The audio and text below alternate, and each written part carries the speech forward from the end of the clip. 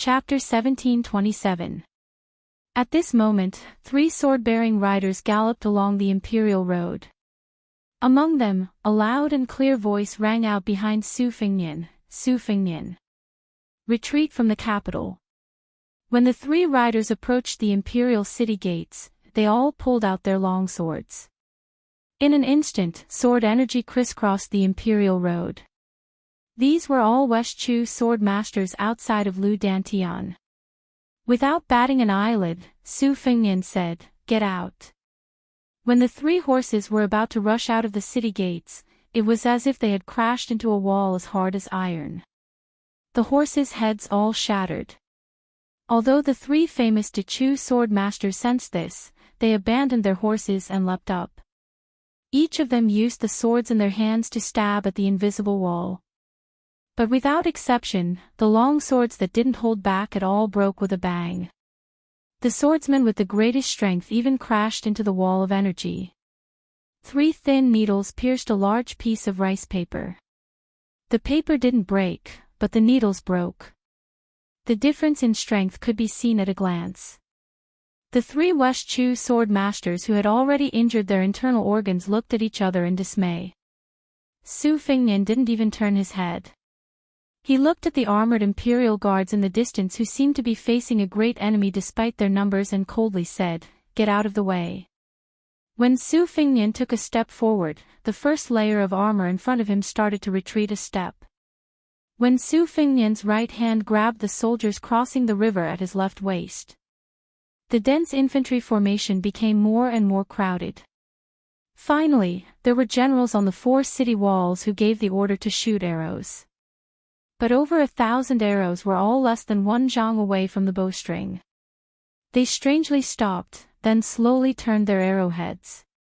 Over 1,000 ice-cold sharp arrowheads were like over 1,000 spitting venomous snakes. Some people gulped. Some people broke out in cold sweat. Some people trembled. But no one made a sound. No one retreated. The old man from the Jiang dynasty took a step forward. He crushed an item in his hand, then raised his fist and heavily hammered his chest.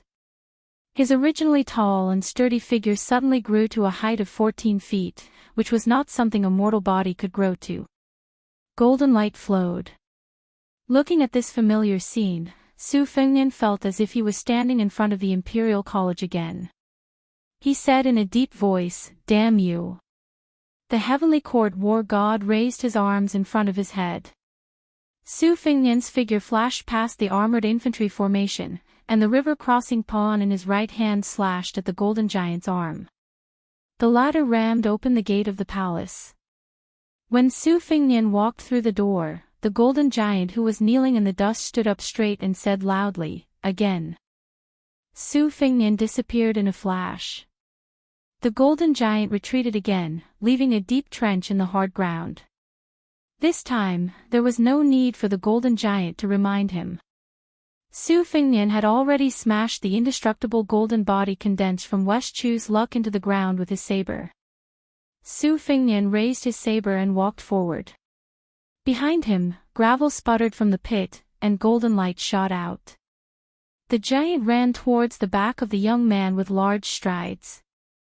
He was as fast as lightning, and every step he took shook the ground. Su Fengnian's left hand held the Bailiang's saber on his right waist. In fact, this cold saber had already been broken in the battle with Qin Jibao at the Guangling River, and the river-crossing pawn had also shown slight cracks. In that battle, Su Fengnian had stabbed Qin Jibao. The price was his shoulder being hit by the plum wine spear that had turned purple. Su Fengnian turned around and slashed with his left hand. Half of the cold saber was like the crescent moon at night. The golden giant's head was not cut off. Instead, he was sent flying, and his entire body crashed into the city wall. This giant, who was comparable to the great Vajra realm of Buddhism, used both hands to pry open the city wall and was about to break out to continue the battle. Su Fengnian leaned forward, held his saber with both hands, and rushed forward. Near the Jianghu waterside pavilion, news kept coming in. He Taixing's expression became more and more serious. Song Wenfeng's expression was uncertain. The young empress did not seem to care about the fierce battle over there. She looked at the dead still water surface, and occasionally a water column splashed up. Perhaps no one noticed a detail, and that was that the water level of this small lake had risen by more than 10 feet in just half a month. However, because the eunuchs and palace maids were new to West Chu, they did not know about the past. They only thought that it was normal for a small lake to be like this after spring. She rested her chin on her hands and stared into the distance. The lush greenery was full of vitality. This time, it was her turn to sneer. "Why, are you afraid?" Song Wenfeng sneered. "Does your majesty really think that the king of Bailiang can escape unscathed? Do you really think that you can escape with him?" It was a beautiful season with long grass and flying orioles. However, an oriole fell into the lake for some reason. She muttered in a voice that only she could hear, "I'm not leaving." Song Wenfeng said sternly, "Jiang Si, don't forget that you were born as a member of the Jiang family of Dechu. Even if you die, you should be a ghost of the Jiang family of Dechu. You can die anywhere in this world, but you can't die in Bailiang. That is not a place where you, Jiang Si, can rest in peace." Song Wenfeng was so angry that she laughed. She turned to stare at the young woman.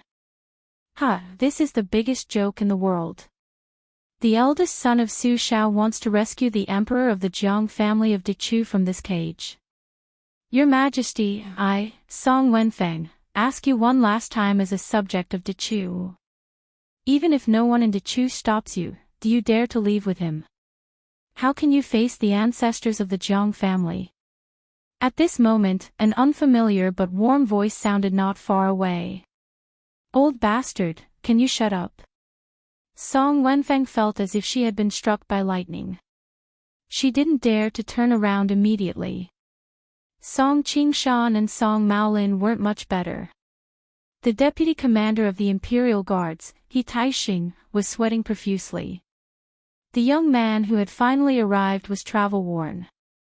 Some blood seeped out of his left shoulder. So he subconsciously wiped his left shoulder. He was like a farmer working in the fields. He wiped his sweat clean before knocking on the door so that his wife wouldn't see his tiredness. He Taixing quietly took a step back. When he moved, his iron armor clanked. This made the deputy commander, who was originally very satisfied with his luxurious armor, hate it for the first time. The young man made a gesture of looking around. Then, he purposely didn't look at the elegant Song family playboy.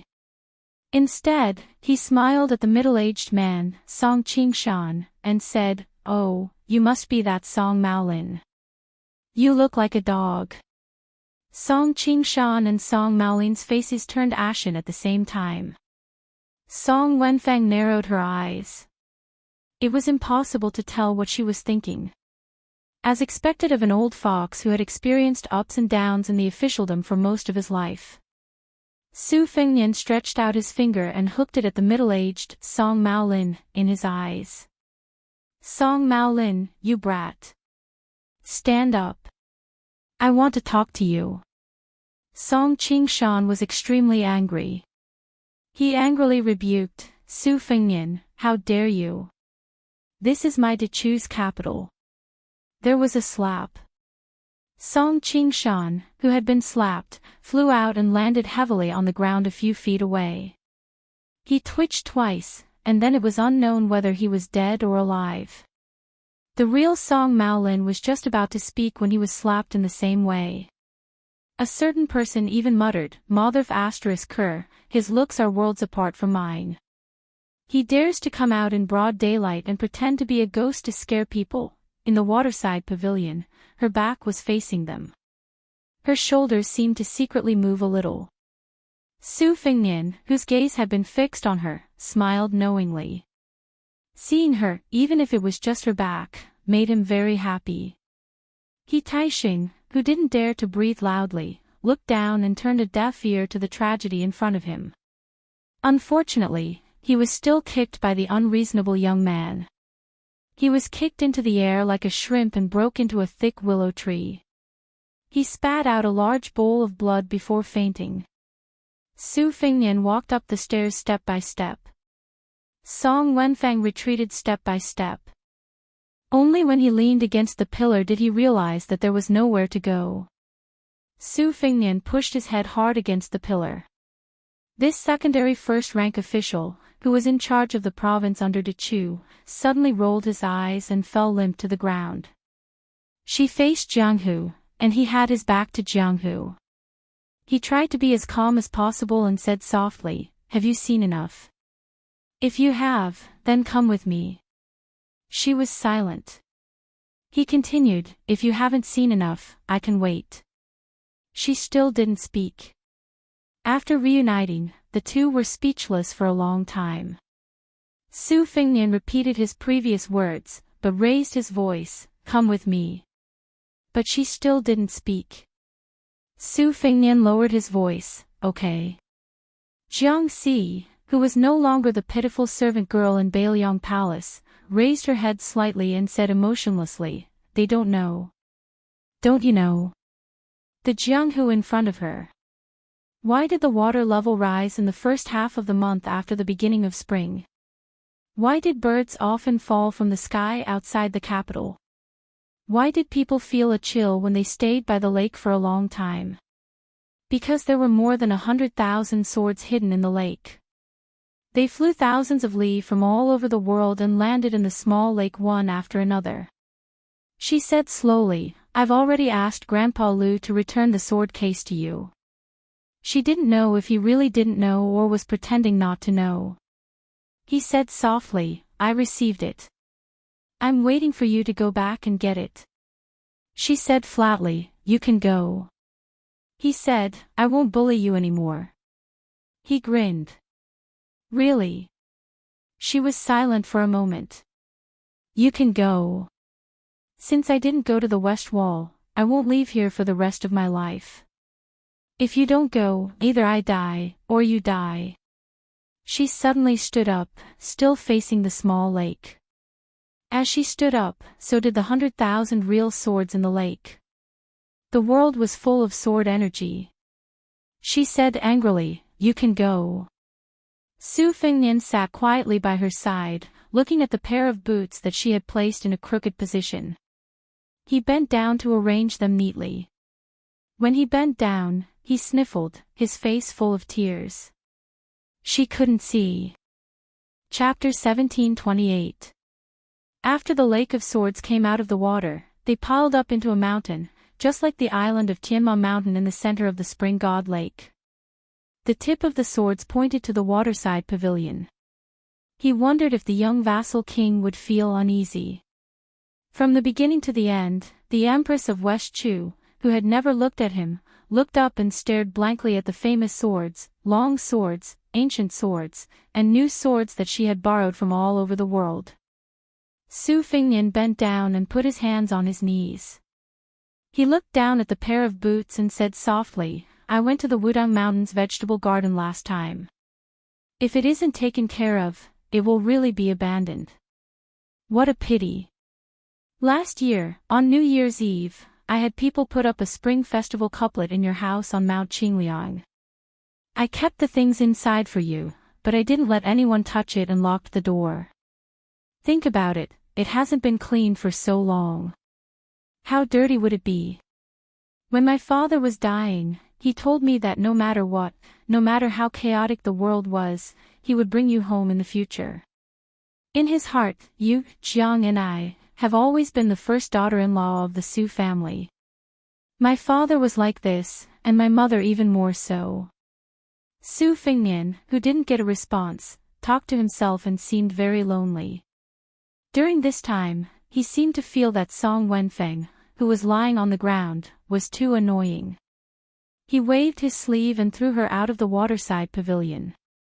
There was also the deputy commander of the Imperial Guards, He Taixing, who had just shown signs of waking up.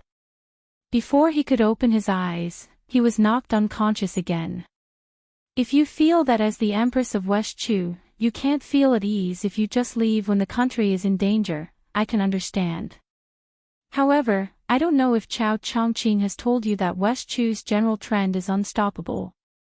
Therefore, your De Chu will leave 400 to 500 scholars behind to break out of the Melon Continent and meet up with my great snow dragon cavalry. Then, we will return to Beiliang together. Many people have died in West Chu, but don't think that everyone died for you. It's not like that. The reason West Chu has risen and fallen so quickly is largely because of the true De Chu elders. After Chao Chongqing re-established the country, some of them died in the deep mountains and forests. Even if they didn't die, they didn't become officials. They are truly disheartened, which is why there are these clowns from the Song family. And don't worry, the re-establishment of West Chu was originally an act of the Liang imperial court. It was something that Zhang Julu, Yuan Benshi, and Huan Wen had planned for a long time. First, they wanted to completely destroy the foundation of the spring and autumn period. A centipede dies but does not fall over. They wanted to make the Gangnam-do, especially the Jiangsu scholar group, lose all hope. Secondly, the imperial court wanted to use this opportunity to weaken the separatist power of the various vassal kings and local generals. The imperial court did not care about the people of West Chu. In the end, half of the world's taxes came from Guangling. As long as the great enemy in the north, Beimang, was still there, the imperial court would not truly kill the Guangling Dao. They would only focus on appeasing them. Finally, whether it was Liang Zhongshu, Ling Qi Yanglong, or Huan Wen, both of them felt pity for the people of Guangling and definitely did not see them as enemies. One of the key points can be seen. Su Gong of the Gumu Su family led his troops south, which was actually a gesture of goodwill by the imperial court. This was like encircling three sides and releasing one side on the battlefield, giving the encircled side a chance of survival.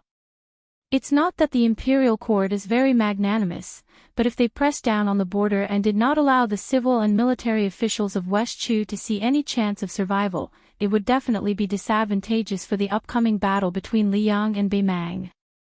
You have to know that West Chu's successive victories last year, especially in Xiaxi border and Kojianghuai, had already exceeded the expectations of the imperial court. Therefore, it's no longer important whether West Chu has you, Emperor Jiangxi. It can even be said that without you and Chao Chongqing, fewer people will die in the Guangling Taoist battlefield. You've let go of Chao Chongqing. You didn't use Gu Jiantang and Wang Sui. You also gave up the hidden pawns in Beimang. You didn't let the smoke of war rise in the Central Plains. Why can't you let go? Jiang and I suddenly stood up. He didn't put on boots, only socks. He walked to the waterside pavilion steps with his back facing the young man who didn't look like His Royal Highness at all. His cold voice didn't fluctuate at all. He pointed in the direction of Taiji Palace. I'm the last legitimate member of the Jiang family in Dechu. The former emperor died there. Why should I leave? Why should I leave?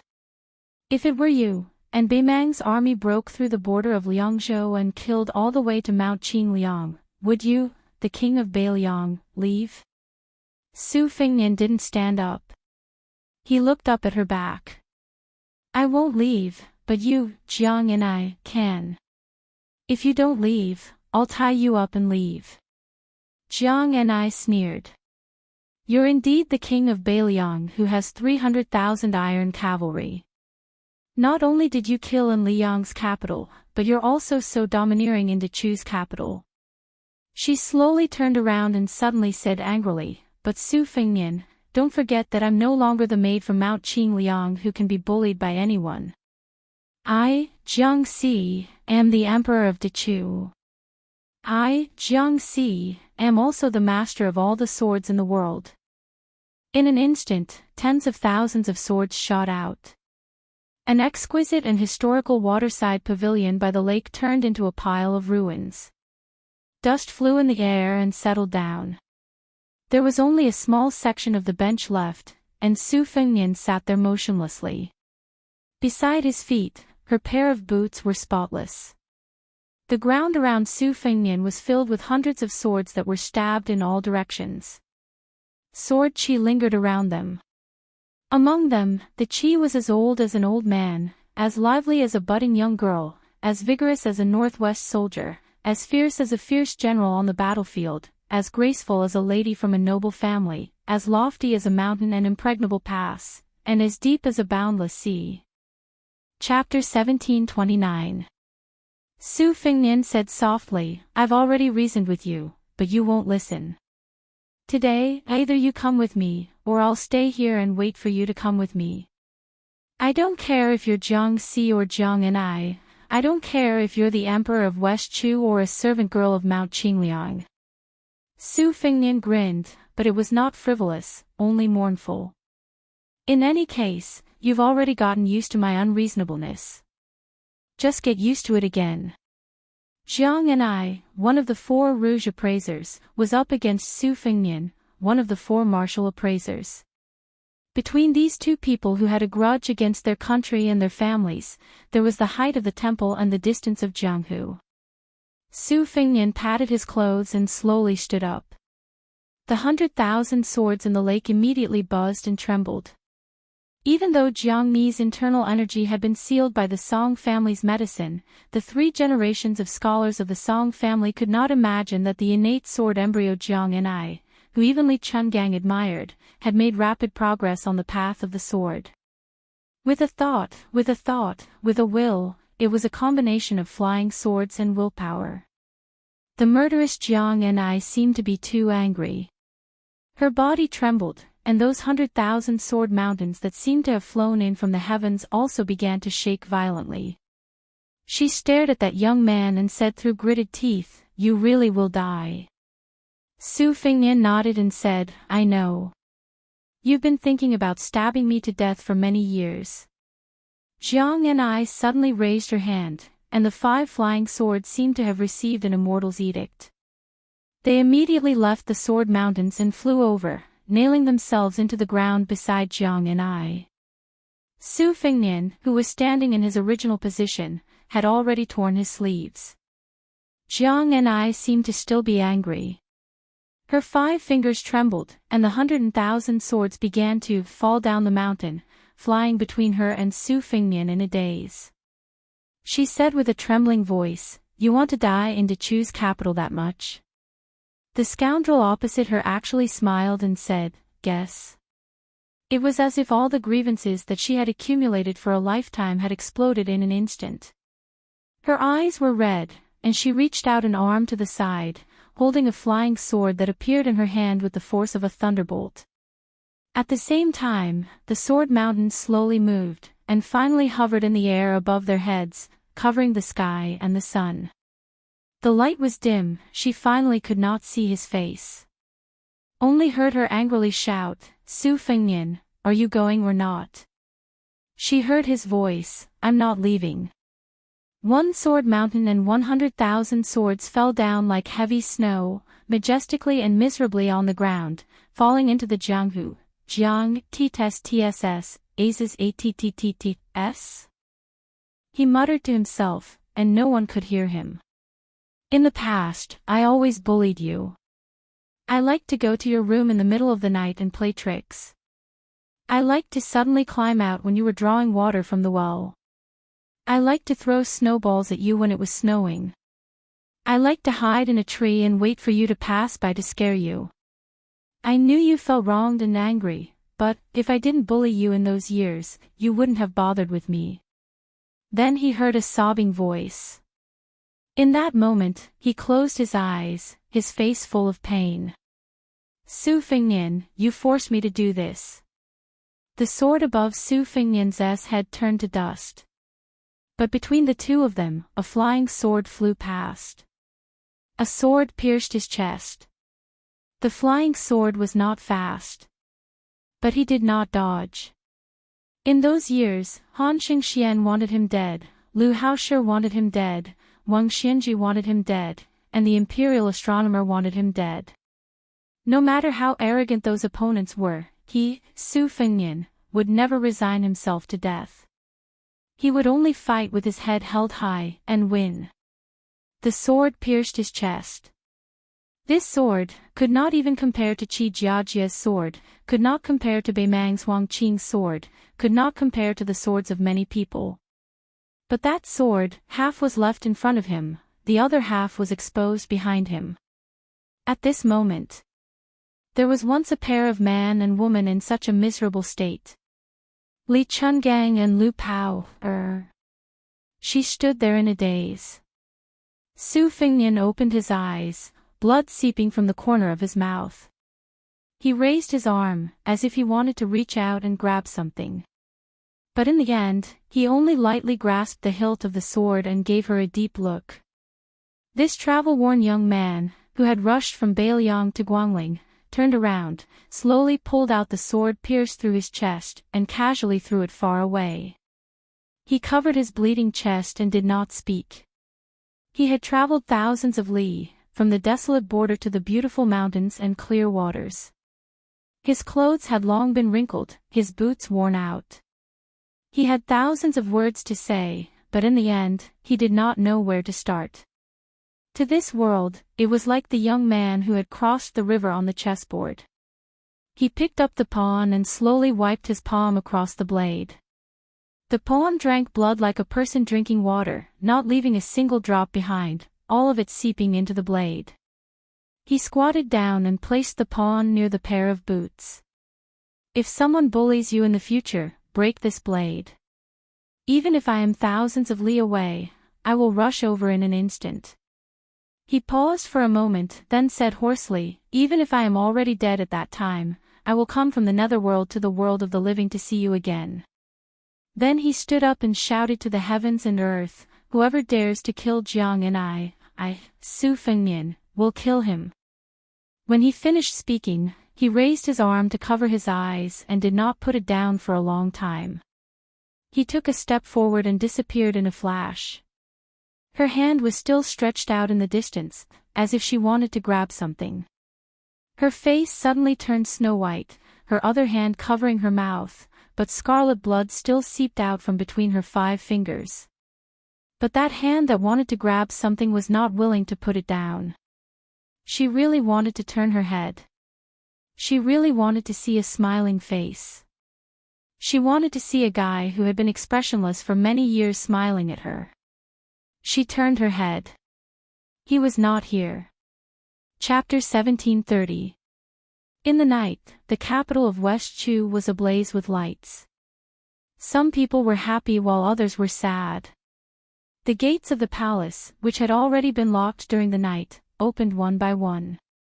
A carriage that did not conform to the rules and etiquette slowly drove in. A withered old man without an official's robe stepped out. The new head eunuch of the ceremony directorate was about to go forward to support him when he was waved away by the old man. The old man followed the head eunuch of Dechu, who had inexplicably become the #1 eunuch in Dechu. The latter felt uneasy. He didn't know why the old Grand Preceptor insisted on visiting the palace in the middle of the night to have an audience with the emperor. He also didn't know why the emperor wanted to meet the head of the secretariat in Taiji Palace. The gates of Taiji Palace were wide open. Sun Shiji struggled to walk up the steps. The lights in the palace flickered. The old man could faintly see the figure of the emperor. The head eunuch felt a heavy atmosphere like a storm was coming. The emperor of Dechu did not sit high on the dragon chair to wait for the old man. She did not walk out of the palace to welcome the stabilizing force of the Dechu dynasty. She stood behind the threshold of the palace, wearing a dragon robe. Her hands were behind her back. She had an arrogant attitude that kept people 1,000 miles away. Sun Shiji stopped a dozen steps away from the door of the palace and gazed at her.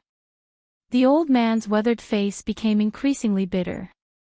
It was not only because of the insidious assassination attempt that had occurred in the manner of the head of the secretariat. It was more because the woman in front of him had for the first time openly shown her resistance. It made the old man feel both discouraged and guilty.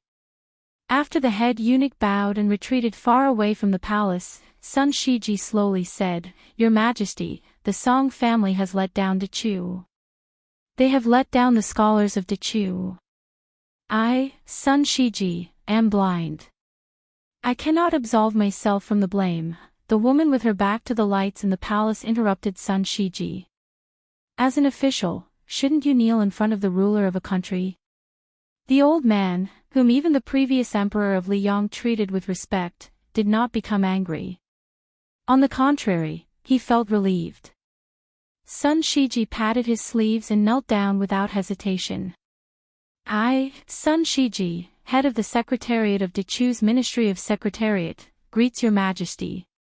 She sneered and said, tonight, the head of the Secretariat did not wear official robes and entered the palace to meet the emperor. Jin considered that you are already old, so Jin will not blame you. If you have something to say, then say it. We are all ears. Sun Shiji kept his head down and used all his strength to say in a low voice, Your Majesty, the Song family cannot be trusted. Many of the civil officials in the central government cannot be trusted. Even I, Sun Shiji, do not trust them.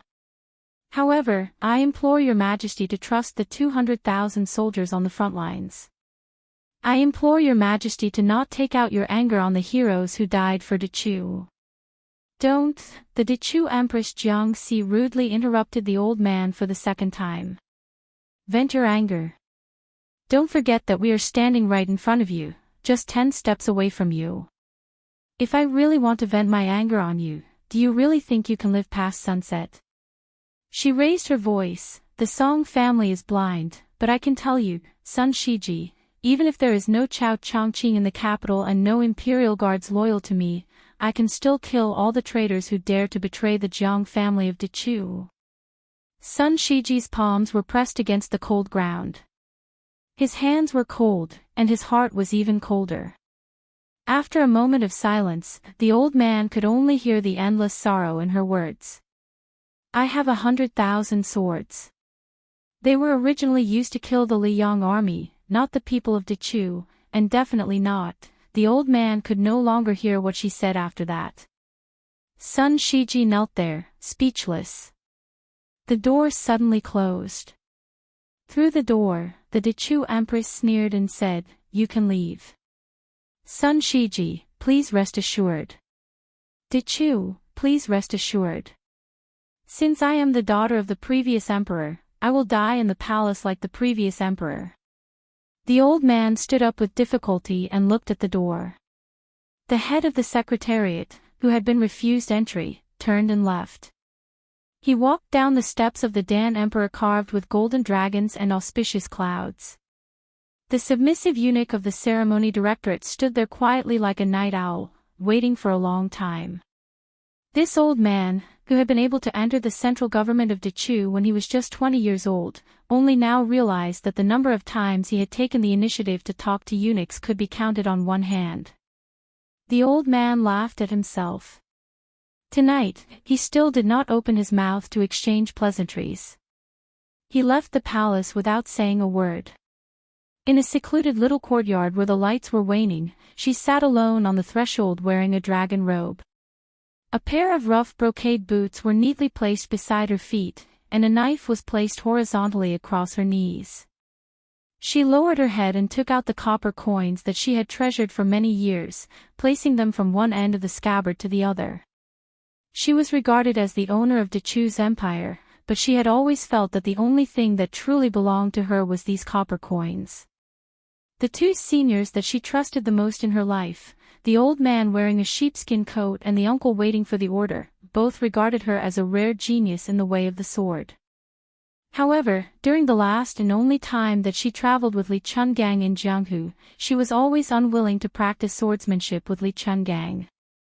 60 years ago, many Jianghu masters yearned to receive a few words of advice from Li Chungang. She did not know why, perhaps because she had seen that person practice the knife and felt that it was too difficult and too frightening, so she did not dare to practice swordsmanship. She only knew that she was timid. She had been timid for so many years and had been bullied for so many years. Why did she have to practice swordsmanship when she could easily study and earn money? In fact, there was one thing that she did not dare to admit at that time. What if one day she really became an immortal on Earth after practicing swordsmanship? Would she really stab him to death? No matter how rebellious the old bastard Song Wenfeng was, there was one thing that he said that reflected the thoughts of many old people of Dechu. That was, even if Beiliang was the place where Jiang and I lived, it was definitely not a place where she could rest in peace. The Su family and the Jiang family were not ordinary neighbors who clashed with each other. Instead, the Su family's cavalry trampled Dechu's mountains and rivers. It was Su Shao who personally forced the Dechu's late emperor and Dechu's empress to death. It was Su Fengnian's father who personally killed the parents of the new Dechu's emperor, Jiang Si. However, if that was the case, it was not impossible for her, who had long had vague memories of Dechu and who was used to hiding whenever something happened, to leave the capital. It was already so difficult for Beiliang, which was sandwiched between Liang and Beimang. Then the person who took over the burden from his father not only had to face the million-strong army of Beimang, but also had the wary Central Plains and the imperial court behind him. What if he took her away today? How would the emperor who took away Dechu face the people of the world? How would the people of the world curse him? In the first battle, the Beiliang cavalry had already lost more than 100,000 men. Would the Beiliang cavalry, who could have died a heroic death on the battlefield of Liangmang, have to die just because of a fox spirit like her, who could bring disaster to the country and the people? Could he really not feel guilty about this? Chapter 1731. She was a coward who was very afraid of taking responsibility. In the past, she was just a servant girl who would secretly curse people when she was washing clothes. Even if she could be heartless and not care about anything, pretending to be at ease behind you, Su Fengnian, there would be no place for you to feel at ease. She knew that in the territory of Dechu, in the past 20 years, many common people had privately said that the reason for the destruction of Dechu was because of her mother, whose face she had long forgotten. Otherwise, how could the magnificent Dechu, with its wise ruler, gathered civil officials, generals skilled in battle, and common people living in peace and happiness, lose to the barbarian Liang in the north, who didn't even know the etiquette between ruler and official? She didn't want to believe this, but sometimes she was still afraid. She was afraid that she would become his femme fatale. If it was 3 years ago, when she didn't understand anything, when she only felt that a man and a woman should be together as long as they liked each other, she would have left with him. But after entering Guangling Road, although she didn't understand the general situation of the world, after thinking about it and imagining countless scenes of reunion after parting for a long time, in the end, she realized that she didn't dare to leave, that she couldn't leave. She didn't know how many times she hid in her blankets and secretly cried. She didn't know how many times her palms were sweaty when she met with her officials. She didn't know how many times she wanted to fly on her sword to the Northwest Pass to see him, or to see Mount Qingliang in the distance, or to see the little vegetable garden on Mount Wudang. She clutched her chest, but her heart still ached. In the waning light, she missed him very much. She was actually very happy that he came to find her. She really wanted to tell him that she regretted stabbing him with her sword. In the years to come, you can hate me. But don't dislike me. She raised her head, her face full of tears, and sobbed softly, even if you don't like me, you can only dislike West Chu's Jiangxi. You can't dislike Jiang and I. Looking from the top of the city wall, one could see the lights of tens of thousands of homes. There was a young man sitting quietly on the top of the city wall, like a lonely ghost with nowhere to go. His back was to the outside of the city, facing the inside of the city. Every once in a while, his body would sway, and blood would seep out of the wound on his chest that was hastily bandaged. A tall woman dressed in white hesitated for a long time before finally coming to his side. She said sadly, "Why bother? You're fighting an entire country by yourself." The young man was silent. The tall and beautiful woman sighed and said, "Although West Chu doesn't have much fate left, it's still not something you can easily fight against alone. Especially when you were injured in the battle with Qin Jibao on the Guangling River. Since things are already like this, why do you want to stay here and make things worse? In the eyes of a chi refinement warrior, she could see the giant pillar of providence that stood in the center of West Chu's capital city. White flood dragons were constantly separating from it and pouncing on her, crashing into her body. This was West Chu's true killer move against the Earth Immortals. As for the two city guards, they were not even worth mentioning. The young man was still looking at the distant palace city. He said calmly, "Tantai Pingjing, actually I know that according to fate, there are actually two people whom the heavenly axiom hates to win against Su Fengnian. Other than Xia Guining, who raised a flood dragon in a bowl, there's also you, the sect master of the Guanyin sect." However, in the battle of the Imperial Astronomer, Xia Guining was beaten to a pulp. Ancestor Lu, who was either a heaven immortal or an earth immortal, appeared. Unfortunately, Hong Shixiang was still unwilling to accept the second recruitment by the heavenly axiom. Therefore, I also know that after Xia Guining's fate was greatly injured, the person who benefited the most was actually you. Therefore, I'm waiting for you to make a move.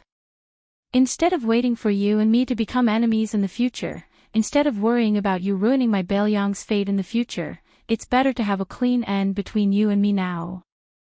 Tantai Pingjing's expression was complicated. Su Fengnian coughed a few times and said slowly, "Before you decide to make a move, the two of us can be considered as friends. Why don't you have a chat with me?" Tantai Pingjing nodded and said, "Okay." Su Fengnian, whose feet were hanging outside the wall, smiled and said, "Guess who I envy the most among all the people of the pugilistic world?" Tantai Pingjing thought for a moment and asked, "Is it not Li Chungang?" Su Fengnian shook his head and said, "No." Tantai Pingjing hesitated for a moment and the corner of her mouth curled up slightly, Mount Hui Xinyuan Jingqing. Su Fengnian suddenly turned his head and was a little flustered. He scolded jokingly, "You're courting death. Admiration is admiration, but I don't want to be Xinyuan Jingqing." Tantai Pingjing smiled knowingly. Su Fengnian looked into the distance again. The city was full of lights, as if he was looking up at the bright stars of summer and autumn. "I envy Dong Tai the most. He doesn't care about the ups and downs of the pugilistic world, and he doesn't care about the treacherous clouds in the palace. After leaving the Wu family's sword tomb, he has no more grievances and no more attachments. He is all alone in the world, riding a donkey and looking at the mountains and rivers. I believe that if one day this peach blossom sword god suddenly falls in love with a girl, he and she will be free and unfettered." Tantai Pingjing said with emotion, "I really didn't expect it to be Dong Tai." Su Fengnian crossed his hands on his knees and said, "Yes." Tantai Pingjing sat beside him and was actually a little taller than him. "Why didn't she leave?" Su Fengnian thought for a moment and said, "Probably because she has grown up. I'm actually not as sad as you think."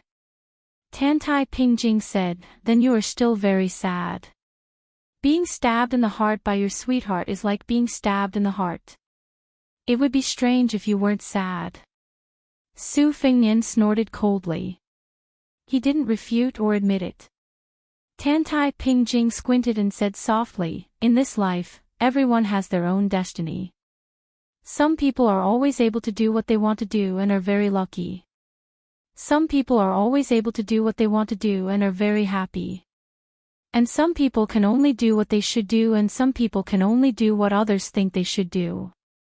Su Fengnian couldn't help but laugh. It affected his wound again and he coughed heavily a few times. Tantai Pingjing hesitated for a moment, as if she wanted to raise her hand and pat his back a few times. But in fact, she didn't even move her fingers. She was in a dilemma. Su Fengnian shook his head gently and suspected that he was imagining things. He said with a smile, "I didn't expect you to be able to comfort people. Will the sun rise from the west tomorrow?" Tantai Pingjing was expressionless. But even if she wasn't angry, her mood wouldn't be much better. So not long after she sat down, she stood up again. Su Fengnian looked up curiously. She said unhappily, "I'm hungry. Let's go for a midnight snack. Only when you are full will you have the strength to fight." Tantai Pingjing flew from the top of the city wall into the city. Su Fengnian laughed softly behind her. "Silly big guy, although the memory left by your master is very fragmented, I can tell you one thing. He cared about you very much. At least when he left the world, he was still worried that you would be hungry." Tantai Pingjing's face flushed instantly and she almost fell to the ground. After she left, he continued to look at the palace city. Looking at her. Wanting to be together forever. It seemed that a Taoist saint once said that it was better to forget each other than to help each other in times of need. After sitting for a long time, Su Fengnian, who was drowsy, suddenly stood up and stood on the top of the city wall between the city and the city. The next day, a person was lying on a beam and dozing off. He was leisurely and happy. Chapter 1732. Today's Dechu court conference was gloomy and gloomy. This made many mid-level officials, who temporarily did not have the qualifications to enter the hall, feel at a loss. In particular, the 3 members of the Song family, who were usually like the sun in the midday sky, did not appear. Not only that, it was rumored that the Minister of Personnel, the Assistant Minister of Rights, and more than a dozen other influential officials had all resigned due to illness. It was the Emperor who had ordered Chi Su, the Deputy Commander of the Palace Guards, who had suddenly taken sole power overnight, to lead soldiers to each of the manors to invite the various officials to participate in today's court conference. As a result, this group of important people from different camps and different mountains appeared late together, attracting attention. Regarding the turmoil in the capital yesterday, most of them had heard of it. However, that disturbance had occurred within the imperial city, and the entire city had been placed under martial law very quickly.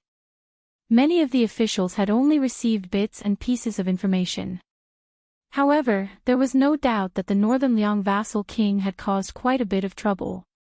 His arrogant declaration that had been heard throughout the city had shocked many people, left many people at a loss, and made many people angry. Not to mention others, just speaking of the young talents of Dechu inside and outside the court conference hall, which one of them did not feel grief and indignation. When everyone stepped into the hall, they realized that the head eunuch of the ceremony directorate had also changed his face. The emperor, who was supposed to enter the hall later, was already sitting on the dragon throne. Her eyes were cold. For the first time, many officials felt the majesty of the empress. Important officials like the Minister of Personnel, Yuan Shanhong, and the Assistant Minister of Rights, Guoshi, unconsciously lowered their heads, not daring to face the young woman. In the past, almost all of the civil and military officials who held office in the capital and could participate in the court conference had a tacit understanding. Regardless of wind and rain, regardless of whether it was hot summer or snowfall, without exception, they all viewed the daily court conference as a pleasing event and never saw it as a difficult journey. The reason was simple. Dechu's emperor was not only a young woman in her prime, but she was also one of the 4 beauties of the Rouge Review. Looking at the emperor sitting high on the dragon chair and wearing a dragon robe, even if it was just a glimpse out of the corner of one's eye, one would feel relaxed and happy. Last year, when Dechu's power was at its greatest, there was an elegant joke. There was a young general in Dechu who had made a name for himself in the court. In defeating Yang Xinqing and Yan Zhenchuan, the 2 great generals of Liyang, he had made illustrious military achievements. When he followed the main general, Xia Shibian, into the capital to meet the emperor, he actually blushed during the symbolic monarch and official question and answer session in the court assembly. It was as if he was suffering from a mental illness. He couldn't say a single word, causing the entire hall to roar with laughter. If it weren't for the head of the secretariat, Sun Shiji, who was sitting on the chair, quickly shouting for them to stop, the laughter would probably have traveled far into the hall. Today's court conference was no longer as harmonious as before. Most of the officials sitting toward the back of the hall secretly craned their necks and sized up the head of the secretariat, who was sitting on the chair with his eyes closed. They tried to see some clues from the face of this old man, who was known to be the most important person in the world. Unfortunately, other than the old man not leaning back slightly like before and doing his best to sit upright and still, there was no strange expression on his face. Compared to the numerous civil officials who were walking on thin ice, the military officials in the court were much calmer. He Taixing, who had a smooth career in Dechu's officialdom, had disappeared. It was not that his family had not inquired about the news. They had even gone to the Song family to visit, but the door to the Song manor was tightly shut. Last night, the other deputy commander who held military power also did not return home. However, at least some news had spread out from the royal palace. It was not to the extent that he would lose his position and be imprisoned. No matter what was said, there were only about 20 or so seats in the Jingdo and Jingji army that could be used in public. All of a sudden, there were 2 fewer seats. This meant that many people could take advantage of the situation and move forward. This was a good thing. Now that their positions were higher, even if there was a day when the person sitting on the dragon chair was changed, even if the official hat of West Chu was worthless, the possibility of it being exchanged for a protective talisman or a life-saving talisman was greater. Otherwise, who would take a minister-counselor of the 6 ministries seriously? If they really wanted to settle accounts in the future, if the official hat on their heads was not high enough and their status was not high enough, then they could be removed. Lu Xingxiang and Wu Zhongshuan did not even have to greet the Emperor of Great Peace City or the Ministry of Justice. The head eunuch who was supposed to be the head of the ceremony directorate shouted, "I have something to report." However, this head eunuch who was supposed to be proud of his success kept a straight face and did not show any signs of opening his mouth. The Empress of Dechu sat there. In the past, she always gave people a feeling of restlessness. At this moment, she seemed extremely high and mighty, like a monarch who had accumulated great prestige from ruling the world for many years. She went straight to the point and said, "Ever since I ascended the throne, I have heard too much from all of you. Today, all of you just need to listen to me. There is no need for you to say anything." Some people had already begun to shrink their necks and swallow their saliva. It was to the extent that everyone forgot to kneel in the main hall.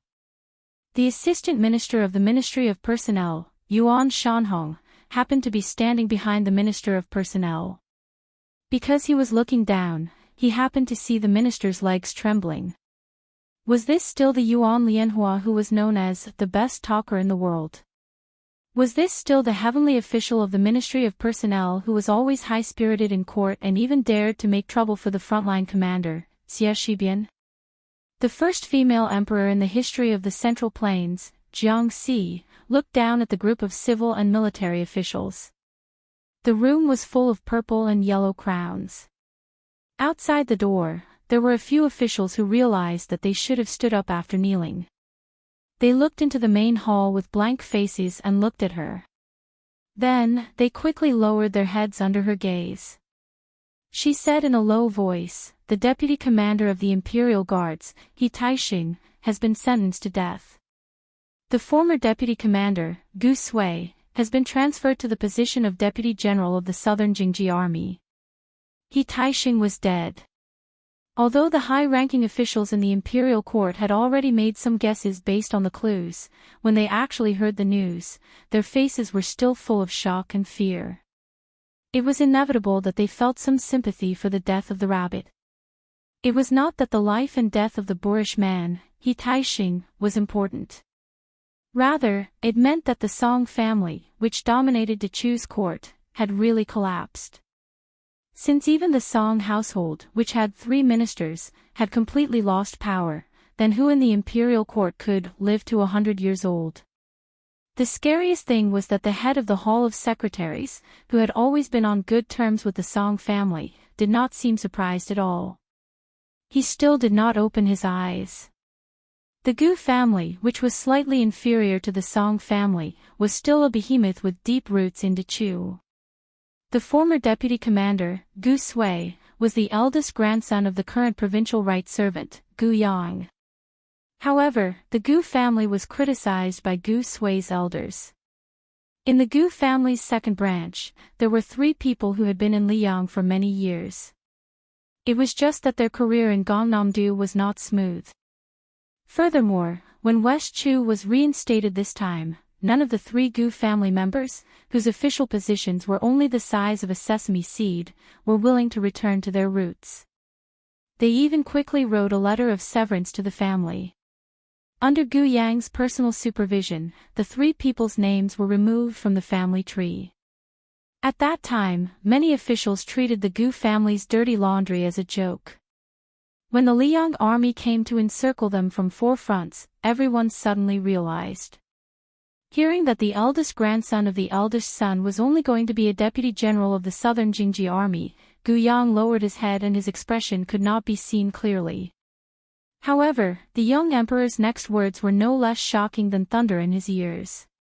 The provincial right servant, Song Wenfeng, was ordered to die. Gu Yang, who had just been relieved of a heavy burden, was shocked. What if the word left was changed to right? While he was shocked, he could not help but ask himself. If he was really ordered to die, what would Gu Yang do? What would the entire family do? After looking at each other, a third-rank civil official, who was well known in the imperial court, immediately walked out of the ranks. He held a jade tablet in his hands and lowered his head, saying in a low voice, "I would like to ask your majesty, why did your majesty order Sir Song to die? I would also like to ask, why was Sir Song sentenced to death?" After 2 seemingly rude questions, this official, who was related to the Song household by marriage for several generations, simply raised his head and stared at His Majesty's face. He continued to ask, "I have one last question. The previous emperor had once bestowed the Song family with the red ink iron certificate, publicly promising that the Song family could share the world with the Jiang family of Dechu for generations to come.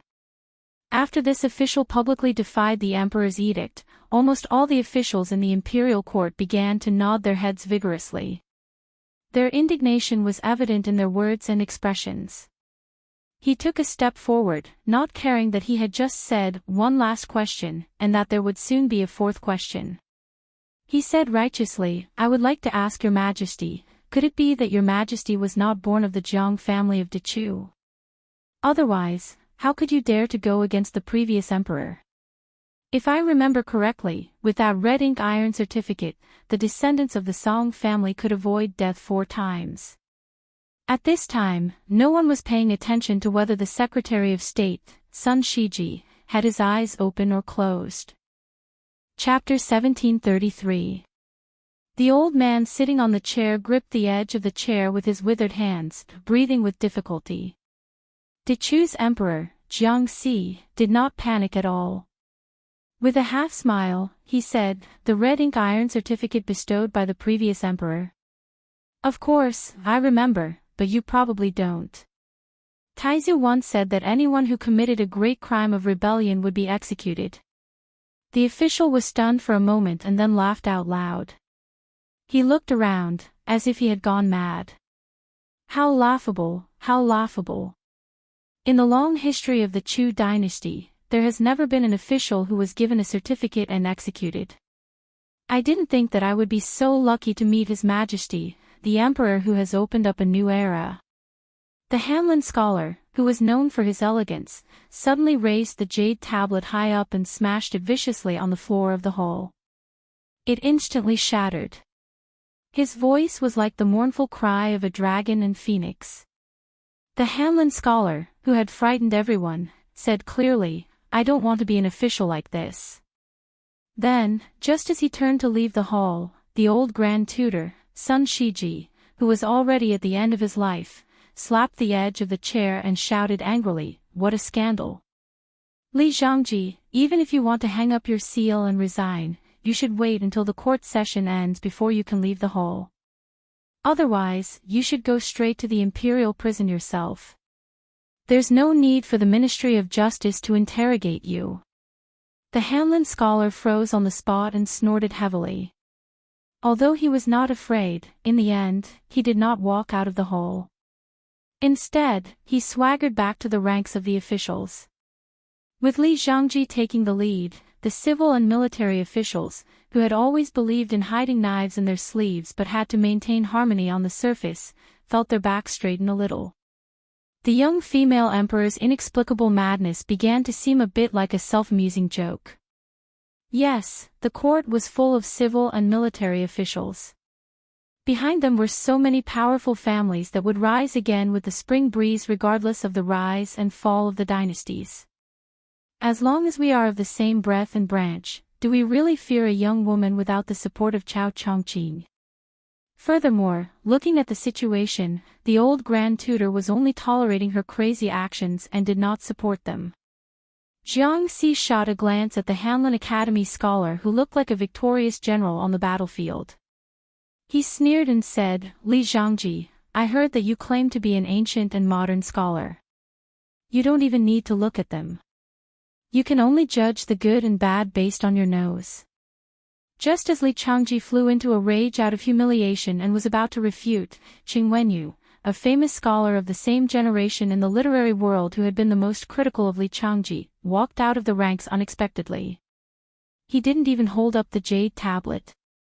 Instead, he held it in one hand and said with a smile, "Although the scholars of the Dechu have no objections to Master Li's poetry and prose, Your Majesty must know that even this old man of the Song family and Liang, the son of this old man Song, once commented that writing is like a fierce general on the battlefield commanding troops, in a fierce battle without rest.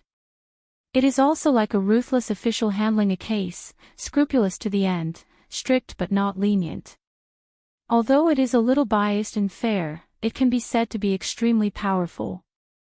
Your Majesty, let's not talk about Master Li's ability as an official, but this essay, although Qing Wenyu didn't say the last half of his sentence, the meaning behind his words was very clear. Li Changji's scholarly essay was definitely not something that Jiang Si could comment on. What was even more thought-provoking was not the common cynicism and ridicule that scholars were used to. Of course, for a court official to directly face the monarch and ridicule him, there was no lack of unyielding people in history, but there certainly weren't many. Qing Wenyu's magnificent feat was still very praiseworthy. Perhaps in the future, it would go down in history and be written about by later generations of historians. Other than that, what was really worth chewing on was Qing Wenyu's righteous words on behalf of his sworn enemy in the literary world. This meant that not to mention the other officials, even Li Changji, who was at the very least attached to the towering tree of the Song family at that time, was no longer fighting alone. The two aristocratic families behind Qing Wenyu had been forcefully pulled onto the Song family's ship that should have already sunk into the Guangling River. This wasn't adding flowers to brocade, but rather firmly helping to light the lamp in the dark room. Following Qing Wenyu's departure from the ranks, a knowing smile rose to the corners of the lips of many officials who had been frightened because of their dirty dealings. Very quickly, an official from the back row also stepped out. However, he didn't have Li Changji's heroic spirit that reached the clouds, nor did he have Qing Wenyu's noble character and unquestionable integrity. He only trembled with fear as he spoke to the emperor. After all, the Song family had been Dechu's cornerstone for 300 years. The war between the two countries was raging like a raging fire. Blaming the Song family at this time would chill the hearts of the soldiers on the front lines. Jiang Si was indifferent.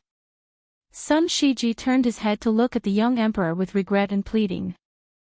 He regretted that she shouldn't have suddenly used such a strong medicine on Dechu, a critically ill patient.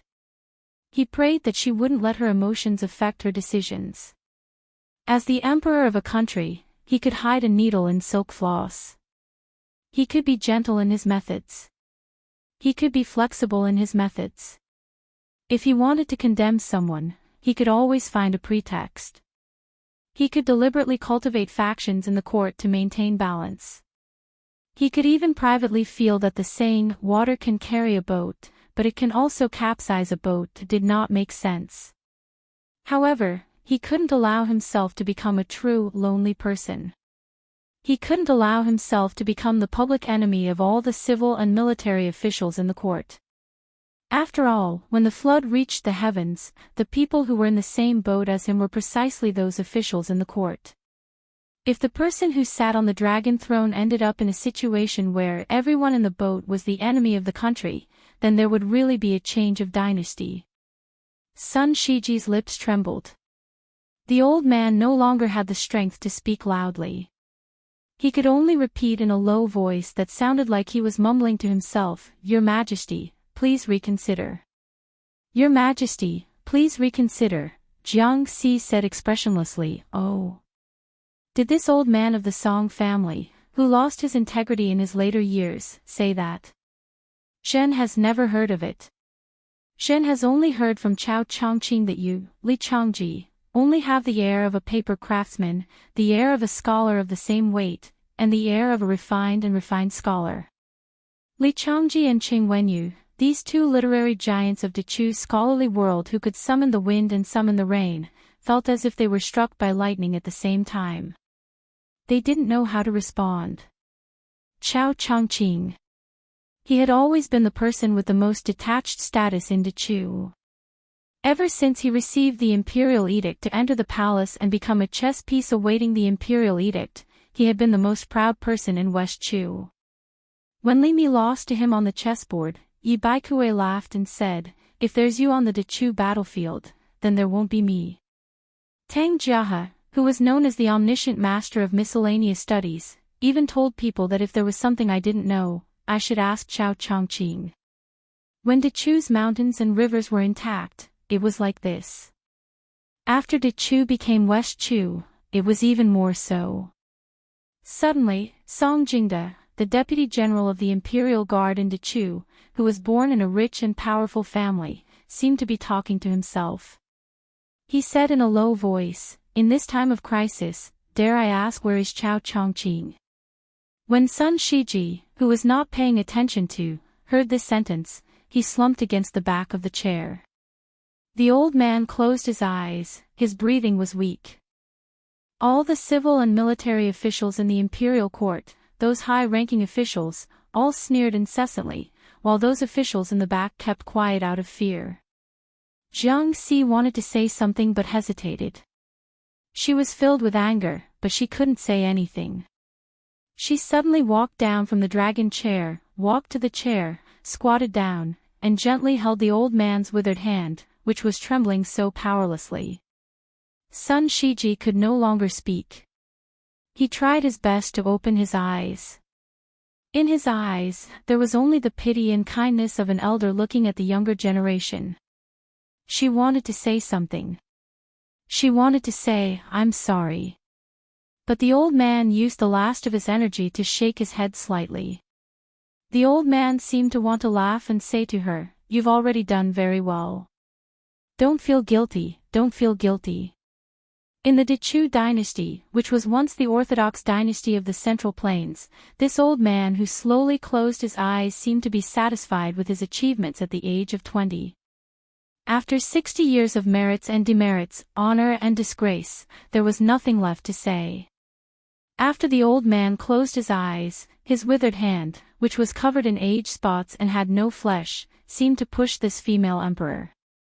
It was as if he wanted to push her out of this smoke-filled imperial court, push her very far away, push her out of the northwestern frontier. When all the civil and military officials in the imperial court saw this scene, they all had complicated thoughts. There was a soft cough that sounded above everyone's heads. Other than Emperor Jiang Si, who suddenly stood up and raised her head, no one else noticed. She saw a young man who had been sleeping on a beam sit up and smile at her.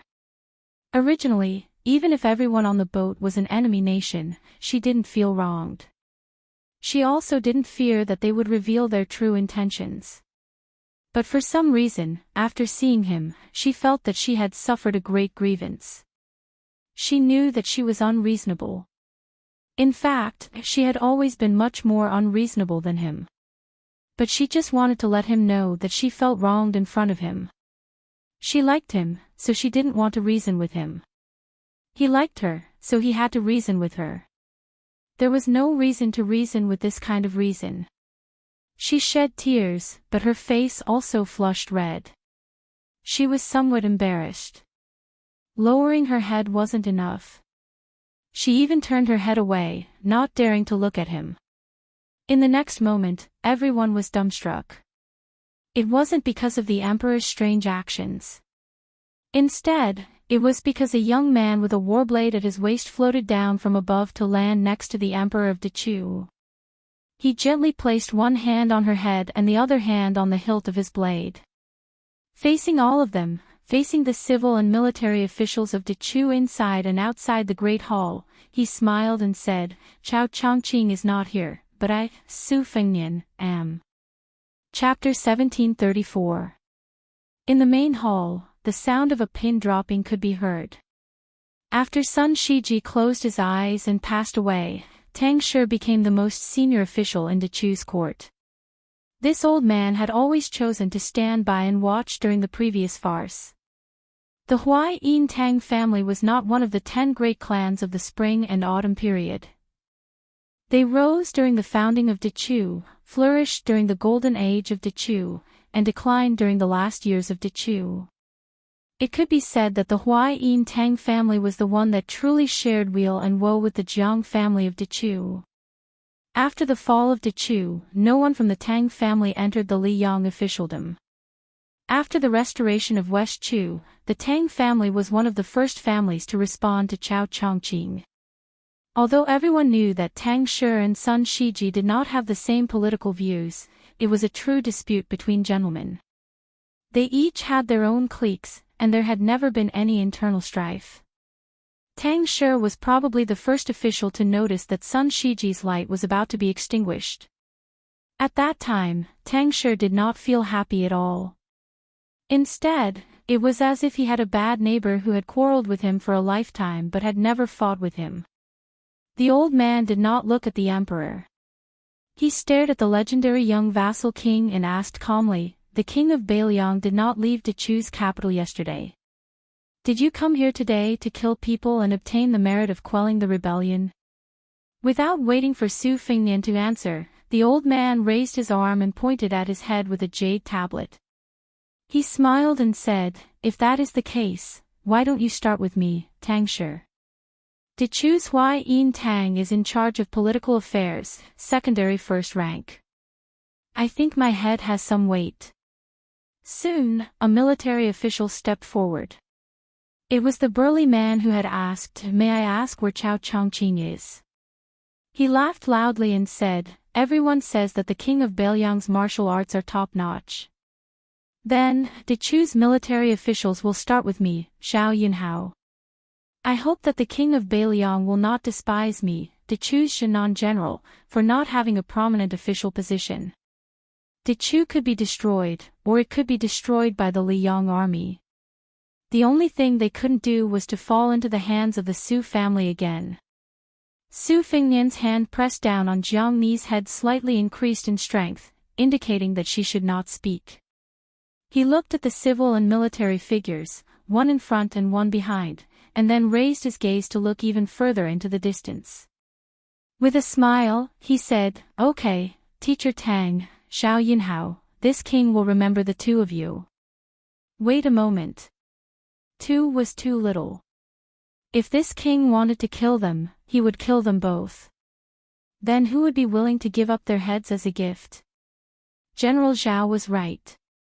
Chao Chongqing wasn't in the capital, so they couldn't think of anyone who could stop this king from killing people.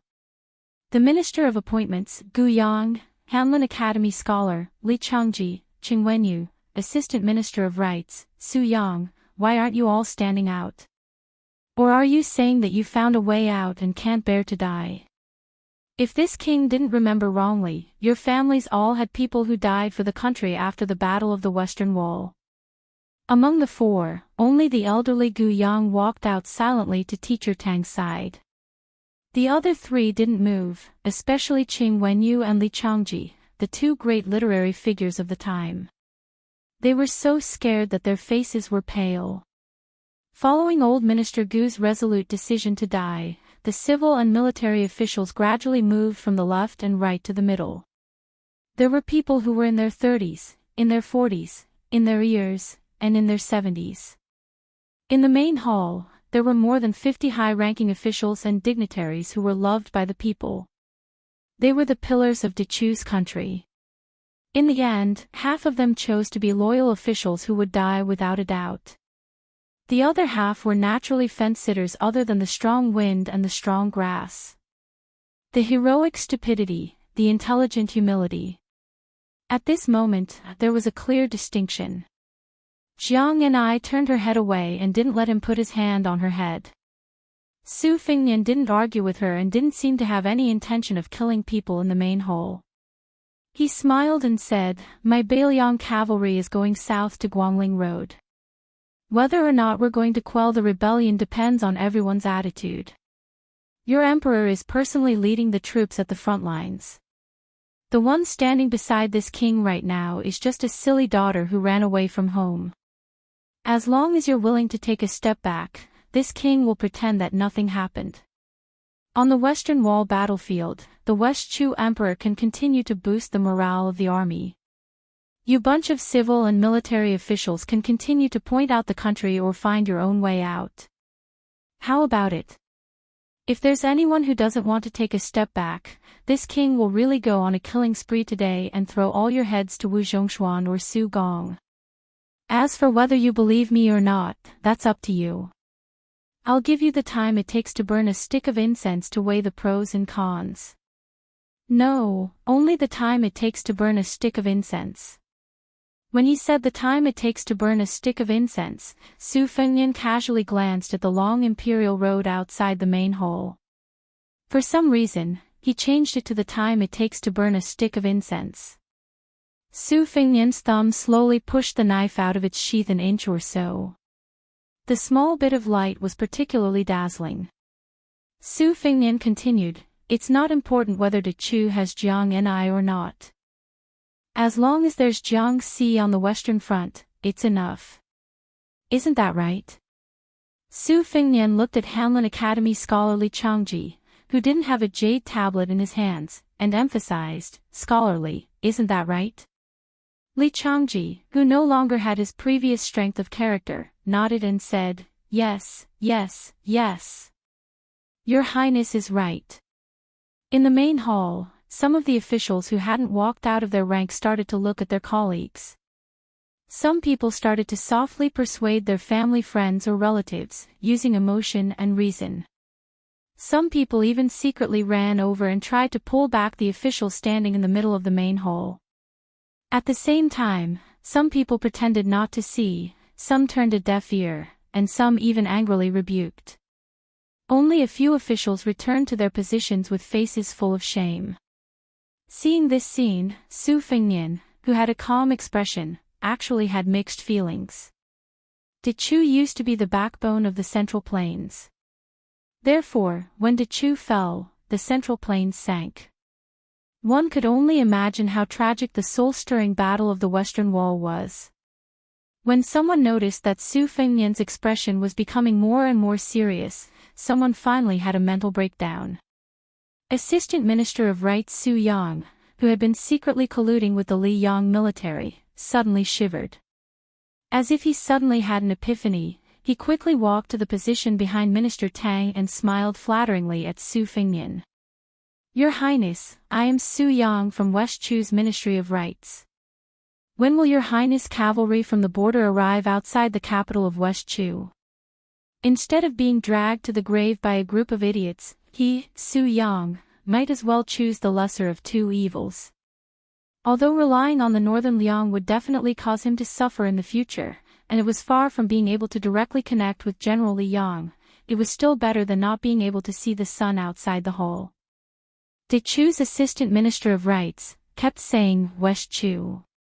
Su Fengnian clicked his tongue and said, "It seems that Assistant Minister Su's position is not too high, but you are the smartest person in this big house.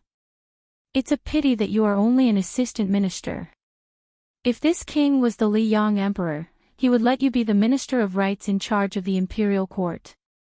Su Yang, who was sweating profusely, was able to become an assistant minister. After all, he was not really that stupid. How could he not hear the ridicule in the young king's words? He said resentfully, "Your Highness, you are overpraising me." Su Fengnian moved his thumb away and the cold blade quickly returned to its scabbard. Su Yang was immediately delighted. Su Fengnian turned his head and stared at Jiang and I. He softly teased, "Yesterday, I didn't insist that you immediately leave the capital because I was afraid that you would be unable to think clearly. Today is different. If you still don't understand, then I will have to knock you out and carry you away." She blinked and her eyelashes trembled slightly. Su Fengnian did not turn his head. He reached out and casually pointed at the civil and military officials. "There are people like Master Tang, Gu Yang, and Zhao Yunhao. It means that your trip to West Chu was not in vain. But there are also people like Su Yang, Li Changji, and Qing Wenyu. It means that you have no reason to stay in West Chu and wait for death. You are a stupid girl. Don't think that you are an emperor after being an empress for a few days. The Chu's people in West Chu are like what I told you yesterday.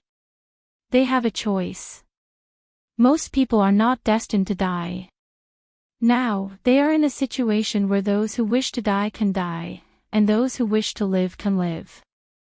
Now, tell me, when will you leave with me?" She subconsciously wanted to turn around. If something happened, she would hide first. Chapter 1735. As a result, he stretched out his hands and pressed on her shoulders. He laughed angrily, still hiding. Su Fengnian stared at her. He suddenly lowered his voice and whispered, "I'm not trying to scare you this time. If you don't leave now, I'll be in trouble, and it won't be small." Her expression changed dramatically. She said, "Wait for me." Then she ran to the side door of the main hall. However, she suddenly turned her head and smiled brightly at him. Two small dimples. Almost at the same time, Su Fengnian waved his sleeves. All the officials in the main hall felt a strong wind blowing in their faces. They retreated one after another and covered their faces with their sleeves. As a result, they were unable to witness the devastatingly beautiful scenery. Su Fengnian said to the figure who was running away with the dragon robe in his hands, "If it's just a pawn crossing the river, it doesn't matter if you take it or not. I can take it with me." She didn't even turn her head. She simply said two words, "Copper coins." Su Fengnian didn't know whether to laugh or cry. He reminded her, "I'll wait for you at the Imperial City Gate. Other than the copper coins, don't forget to tame the great Liang dragon sparrow. It might be useful." After saying this, Su Fengnian swept out of the main hall and stopped directly outside the Imperial City Gate. The eunuch of the ceremony directorate was stunned for a moment. He hurriedly followed, trying to catch up with His Majesty. If he was unlucky, if there was really a life-and-death battle, then he would have to fight to the death with that opponent before she could reach him. The degree of danger might not be less than the time when he faced the human cat Han Xingxian. The person who stopped him on the Imperial Road was Tantai Pingjing, who was talking happily at the city gate last night. After Hong Shixiang and Xie Guanian gave up or lost their qualifications, she became the most qualified person in the world to enforce justice on behalf of the heavens. Last night, the only remaining Qi cultivator grandmaster in the world, the so-called supper she spoke of so casually, was the fate of West Chu. Originally, the remaining province in West Chu's capital city could still keep out a martial Dao grandmaster who had ascended to the Earth Immortal realm. However, it could only stop one person.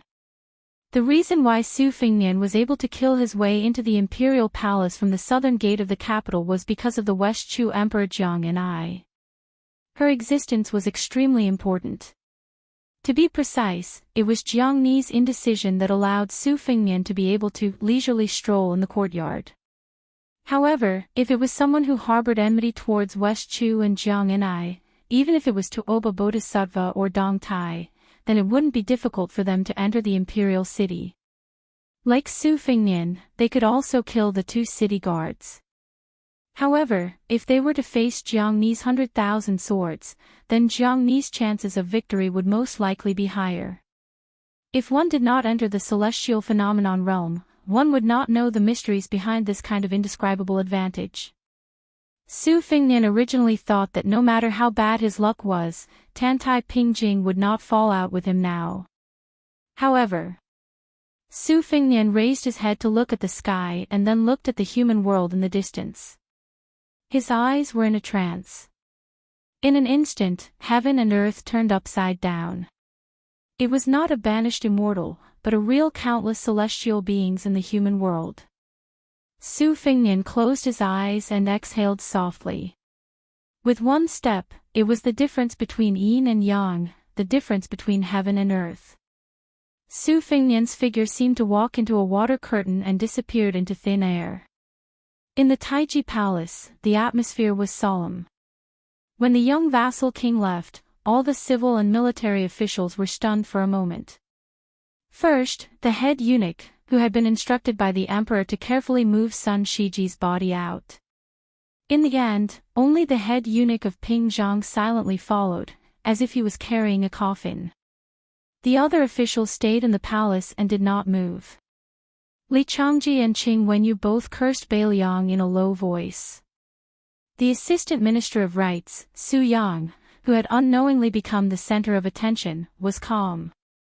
Even when General Zhao Yunhao angrily reprimanded him for not having the dignity of a great Chu official, Su Yang only sneered. The Secretariat and Minxia provinces were like dragons without a head. Chao Chongqing, who was in charge of the 6 ministries, was also missing. This made the Minister of Personnel, Gu Ling, the most important official in the palace. Gu Yang looked at the chaotic scene. Although his heart was in a mess, the heavenly official of Dechu still said in a deep voice, "Regarding today's matter, I ask everyone to keep your mouths shut after you leave the court. You must not mention His Majesty's departure from the capital. Remember, His Majesty is still at the front line of the Western Wall battlefield. His Majesty is personally leading the army for Dechu. If anyone can't keep their mouths shut, I will do my best to punish them, even at the risk of being cursed. Don't say that I didn't warn you." General Jinan Zhao Yunhao, who belonged to a different camp from Gu Yang's faction, said gloomily, "This time, I am willing to be Lord Gu's lackey." The Minister of Revenue was a good man in his 70s. He was once known as the master of making mistakes in Dechu's previous dynasty. This time, he also made an unprecedented firm statement, "Everyone, listen to me. In times of crisis, we should help each other in the same boat. Don't do something that will harm others and harm yourself. Dechu is beyond cure. We should be careful with our words and actions." Gu Yang suddenly stared at Su Yang. "What do you think, Assistant Minister Su?" Su Yang smiled and said, "If someone else had said this, Su Yang would have let it go. But since it's Minister Gu, it's different." What he meant was that he, Su Yang, was about to find his next home. If anyone tried to stop him from fishing in troubled waters, he wouldn't care about them. But since it was Gu Yang, the minister of the Ministry of Personnel, who was also flirting with the Liang imperial court, then they should all take it easy. Since everyone was going to sell themselves to Liang's Shao family, let's not haggle over the price now. Otherwise, the price of jade would be reduced to the price of cabbage. Wouldn't that be benefiting Liang for nothing? Gu Ling nodded. Su Yang keenly caught the look of disdain in the minister's eyes. The assistant minister sneered in his heart. "At the end of the day, you and I are both prostitutes in a brothel. Your Gu family's price is just a little higher. I, Su Yang, am just a little less cultured than you in the main hall today. But Lord Gu, don't you find it embarrassing?" The only great general in West Chu's imperial court who was currently in the capital, General of Agile Cavalry Chen Kunshan, said in a deep voice, "From this moment on, the entire city is under martial law. Only those who enter the city are allowed to leave." This sentence was only slightly surprising, but the next sentence made some people's faces turn pale.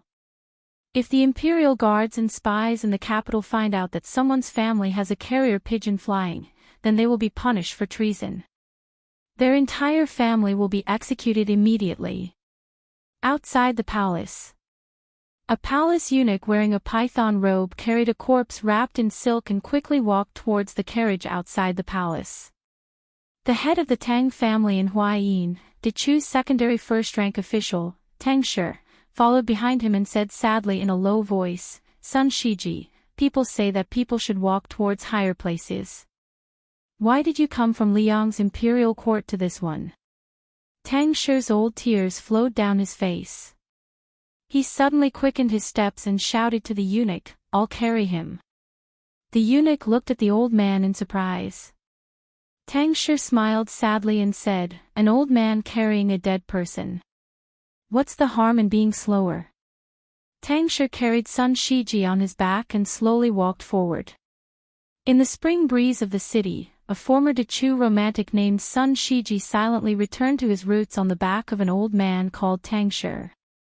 The imperial court slowly dispersed. Above everyone's heads, a bright sword light rose from the imperial palace and landed outside the gates of the imperial palace. Jiang and I, who was standing on the sword, looked around blankly. Why couldn't she find him? And she couldn't feel any chi activity at all. She tried to calm herself down and closed her eyes. The lake of swords instantly flew out in all directions of the capital. The 100,000 flying swords were like a giant lotus flower blooming in Guangling Road. Jiang and I began to use the sword wills in the world to connect with heaven and earth to determine Su Fengnian's approximate whereabouts. She prayed silently in her heart. "You must wait for me." She suddenly opened her eyes. There was shock, doubt, panic, and fear. Her sword heart was clear, telling her that Su Fengnian was actually nearby. She began to ride the thousands of flying swords back to the imperial palace. Then she found that several swords were obstructing her sword heart, as if they were taking a detour. She rode the swords and hovered in the air. She raised her head. If there was a powerful Qi cultivator grandmaster like Tantai Pingjing watching from the side, she would be able to see a giant white dragon occupying the capital spitting out a dragon pearl. And that dragon pearl was about to shatter. Chapter 1736. When Su Fengnian was dozing off on the beam in the hall, the tall woman in white should have attracted a lot of attention in the downtown area of the capital. But in fact, no one looked at her directly except for a few sideways glances. She was at a loss. If the Qi cultivators of the North sect were dependent on the Liang dynasty, they were a group of very different ministers who supported the dragon, then the Qi cultivators of the Guanyin sect of the South Sea were much purer. They walked quietly between heaven and earth like real immortals.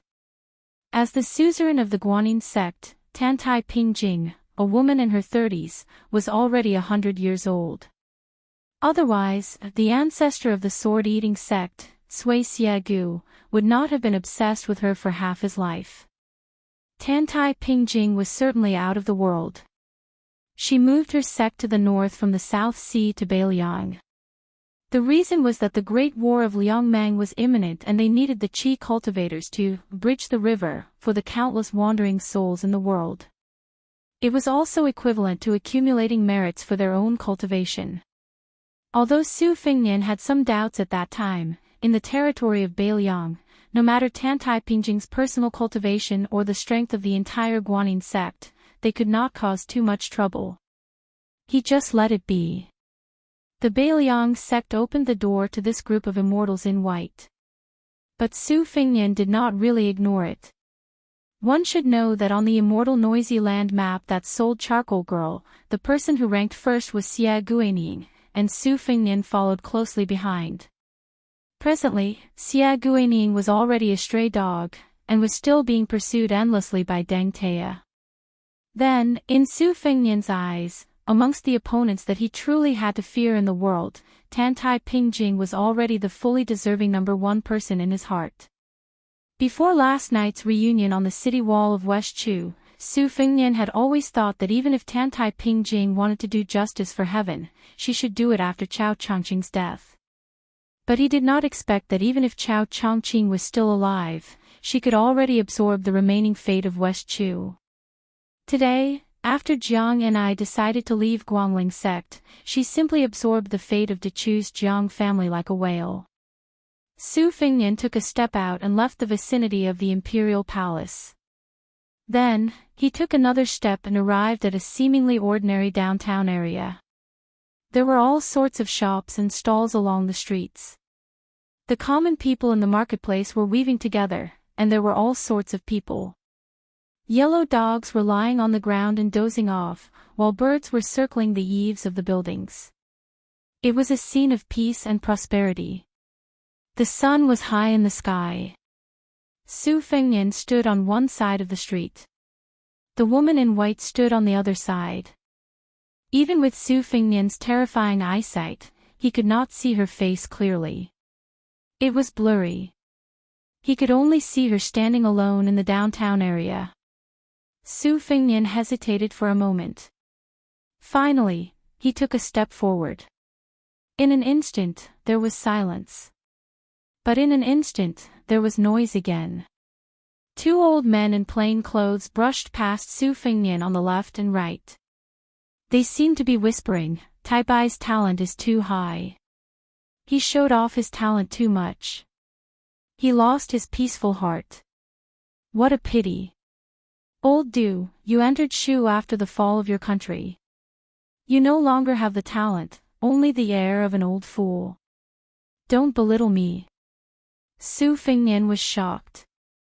He did not turn to look at the two old men. Out of the corner of his eye, he saw several vendors on the left.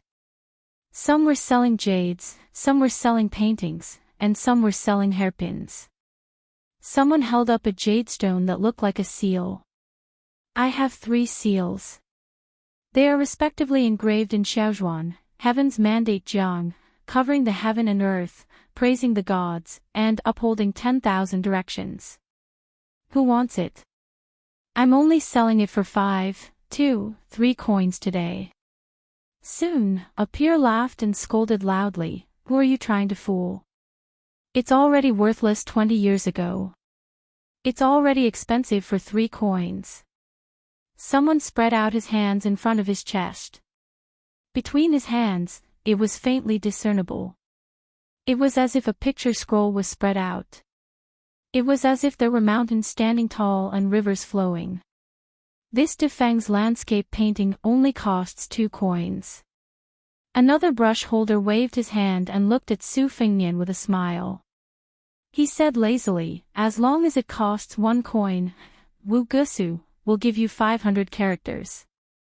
In Su Fengnian's line of sight, the simple and old-fashioned brush in the hands of the brush holder was surrounded by 2 iron trees.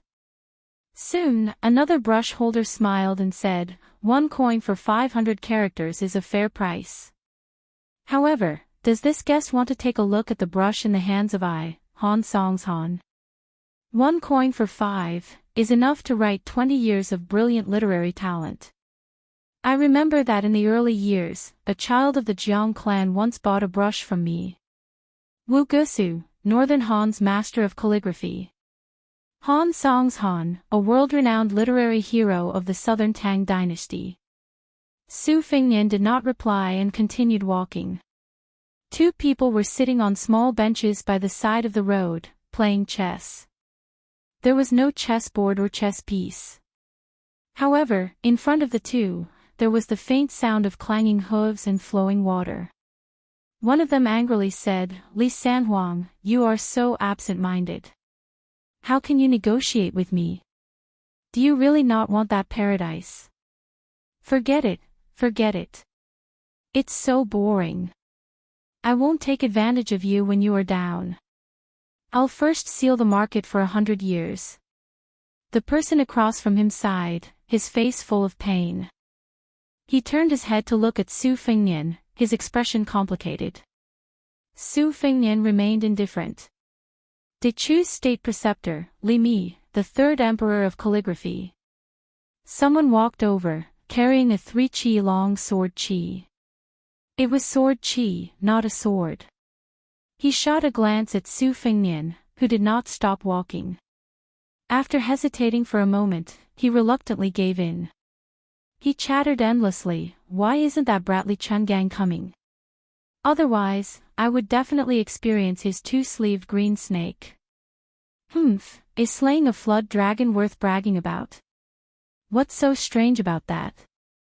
When this old man was alive, there were as many flood dragons as there were hairs on an ox. Only, I don't know what kind of situation Dong Tai was in that night. If it weren't for the fact that touching a stranger would bring bad luck, why would this old man give way? Unlucky, truly unlucky. Who was it last time? What was Lu Lai again? This person is truly exceptional. Admirable, admirable." Su Fengnian walked forward step by step. His expression was as usual. On this street, no one was pretending to be mysterious. This was the truly terrifying part. If a person who loved dragons saw a true dragon circling the beam amidst the lightning, if a Daoist who subdued demons and demons really saw demons and monsters pouncing over ferociously, what should they do? As Su Fengnian walked forward slowly, there were voices of abuse. The Great Qin is ruthless and cruel. How can it occupy such a high position? However, as soon as these words were spoken, someone quickly stopped them in a low voice. "Senior Immortal, please be careful with your words. In the mortal world, there are gods 3 chi above everyone's head. What's so different about us? In a short 200 years, the literary vein has been severely damaged. 300 years later, the Central Plains will face an unprecedented catastrophe. The Zhao and Su families are the main culprits. Fortunately, this place is not one of those places. Otherwise, you would have been destroyed long ago. How could this child dare to betray the heavenly Tao and join hands with the Wudang Daoist to sever the connection between heaven and earth? Mount Longhu should rise, Mount Wudang should fall." When that daring Lu Dongxian turned around and walked into the mortal world, Mount Wudang should have been extinguished. Amidst the curses of the crowd, the oriole chirped like a phoenix and the dog roared like a python. Su Fengnian held his breath and tried his best not to let his chaotic qi dissipate. Therefore, every step he took was extremely difficult and painful. He was like a weak child walking alone in a canyon. Gusts of strong wind blew past. Su Fengnian's lips curled into a cold smile. "You want to use this to reduce the fate of Beiliang. The so-called tails and tails should be the copper and silver tails, unique to the immortals in the heavens. It's probably similar to the fortune-telling of people in the mortal world. If I can't resist the temptation and choose to stop and buy today, the Su family and Beiliang will definitely be poorer." When Su Fengnian reached the middle of the street, 2 people finally showed him a kind smile. A monk and a monk sat cross-legged facing each other across the street. Unlike the peddlers and pedestrians, both of them sat on the steps as if they were sitting on lotus platforms. Although they were not acquaintances of Su Fengnian, they both smiled and nodded at him. One of them was compassionate, the other natural. Su Fengnian also nodded and returned the greeting. An angry shout was heard. It was directed at the old monk. "Old bald donkey, how dare you destroy the fate of the Central Plains? How dare you come to the east?" The old monk smiled but didn't say anything and disappeared. 3 people who looked like soldiers in armor were patrolling the street. When they saw Su Fengnian, they hesitated for a moment, but still respectfully made way for him. At the end of the street, Tan Tai Ping still stood in the same place. Su Fengnian finally noticed the struggling and painful expression on her face. Her eyes slowly turned silver and became colder and more ruthless. A dazzling light bloomed in her heart like a bright moon hanging in the sea. Su Fengnian frowned. She saw through the body of the possessor and understood the state of the carefree. A round of the heart moon shone brightly. This was one of the signs of Taoism recorded in the rare ancient books of Taoism. He remembered that Miss Hehe had told him that Huang Sanjia had said before his death that since the beginning of the world, Buddhism had taken advantage of the ascension in the past 1,000 years. When a scholar proposed the idea of upholding justice and extinguishing human desires, in the future, it would be much easier for Confucianism to become a saint. It was like having a shortcut to the end of the world. It was just like the Buddhists becoming Buddha on the spot. They could reach the sky in one step, but the price was the imperceptible influence of the people's hearts. It was a stupid thing to lose a watermelon after picking up a sesame seed. It was the great sorrow of the sun has set in the west, and the moon does not rise in the sea. Su Fengnian angrily scolded, "Tan Tai Ping Ping, after seeing such a ridiculous scene, why don't you wake up? How is this world different from our world? Why are people like Gao Shulu, Lu Songtao, and Li Chungang unwilling to ascend after Lu Dongxian?" As soon as Su Fengnian's words were spoken, it was very strange. The previously clamorous street that was filled with curses was suddenly deathly silent. Afterwards, there were only a few scattered words of reprimand, such as audacious mortal and treacherous. Chapter 1737. Su Fengnian looked around and sneered, "What do you mean by banished immortals? What do you mean by fate? In the end, when I come back to you, isn't it all about seniority? If you go to the mortal world, I guess there are two situations. If you are unlucky, you will be banished to a remote place in the mortal world, right? Then if you are lucky, you will be sent to the battlefield to fish for military exploits. Is the so-called immortals fishing for the fate of the mortal world different from the merchants in the mortal world who do business and accumulate copper coins? Of course, I guess immortals are still free and unfettered. They have a fairyland as their mansion and live forever to watch the liveliness of the mortal world. If they become a real superior in the immortal world, most of them will get it done once and for all. But I am very curious. Will those who have made great contributions to the Tao of Heaven in the mortal world also have unrewarded achievements here? Could it be that there were also official promotions and demotions in this place? Will there be immortals who pretend to be powerful? For a moment, no one answered. Su Fengnian's body began to shake, like a rootless duckweed in the strong wind in the sky. A voice that was neither light nor heavy but extremely majestic sounded. The voice was more like a woman's voice from the south. Su Fengnian turned his head and saw her sitting on the roof. She was wearing a phoenix coronet and a robe, solemn and glorious. On her shoulder stood a red sparrow, and in its mouth was a snow-white little, flood dragon. With her appearance, the whole street shook violently. The shaking became more and more intense and showed no signs of stopping. The movement came from a tall building.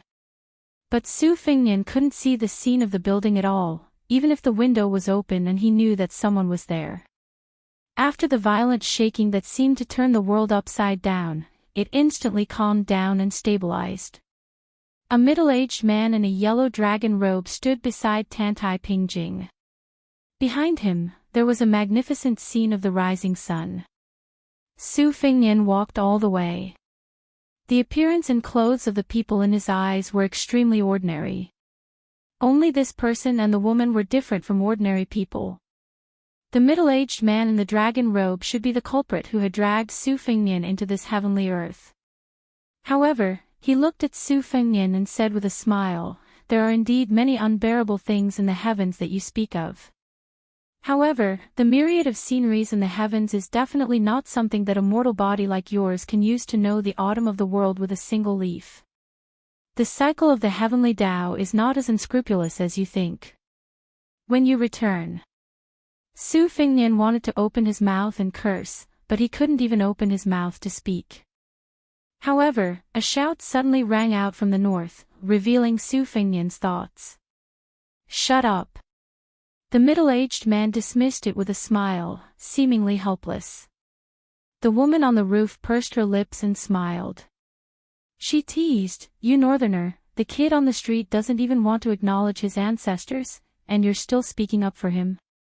He was really protective of his children. Su Zhao's matter, you've already angered the public. That deep voice could be heard clearly from tens of thousands of miles away as it mocked, "Bitch, go and give birth to your baby. You've been pregnant since I was in the Great Qin Empire, and you still haven't given birth. Aren't you ashamed?" After hearing this sentence, Su Fengnian felt very satisfied. It was indeed my true body. She stood up and said angrily, "You northerner, do you really think the heavenly Tao won't collapse because of the collapse of etiquette and music in the human world?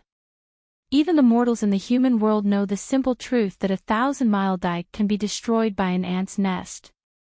The voice sounded again, extremely domineering, "Then let's destroy it. When the time comes, I'll mend the sky by myself. I'm an indomitable man, and a bitch like you can just watch the show. I guarantee that nothing will happen to you." In her anger, she was about to break the rules from the south to the north. The middle-aged man in the dragon robe sighed. Obviously, he was used to the confrontation between the two great gods. Dong dong dong. The sound was like the beating of drums on a battlefield, approaching from the north to the south. As a result, the woman on the roof suddenly calmed down. The middle-aged man with a genial expression narrowed his eyes and a trace of anger appeared on his face. The tall building that had caused the commotion earlier shook again. Then, the uninvited guest sneered, "Which bastard said that Great Qin is tyrannical? Do you really think that you can't be dealt with just because you're hiding in the east?" Someone on the street suddenly burst with golden light, and then there were signs of the golden light exploding. He fell to his knees with a plop, and the ceiling was peeled off. The middle-aged man in the dragon robe waved his sleeve, and the person on the street disappeared. He then raised his head and said angrily, "Great Emperor Jinwu." His thunderous voice sounded from the tall building. "You're not convinced? Why don't we take off our skins and find a quiet place to fight? If you're not confident, then call that bitch along. In any case, the two of you have been flirting with each other for almost 1,000 years. I even suspect that the thing in her stomach." At this moment, someone interrupted this guy's nonsense. "That's enough. 300 years later, the Central Plains will be in turmoil, and 9 out of 10 houses will be empty. She's doing it according to reason. It's one thing that you can't bear to see the world fall apart, but it has always been a part of the heavenly Tao." The original person snorted coldly. "It's not that I can't bear to see the rise and fall of dynasties. It's that guy on the street who can't wait to use his human incarnation to obtain the status of an emperor that will last for thousands of years. He wants to treat the world as his own land and take all the harvests for himself. This way, he can accumulate luck and seek a higher position. Moreover, he wants to use that kid and that little Daoist from Wudang Mountain to close the heavenly gate, but this person doesn't want to be stained with the heavenly Tao's karma. Xia Guining is just a smokescreen. He's actually that guy called Qin Jibao. There's no such thing in the world, and there's no such thing in heaven. He wants to scheme against me. How can I not beat him until he's looking for his teeth on the ground?" Su Fengnian heard himself speak intermittently.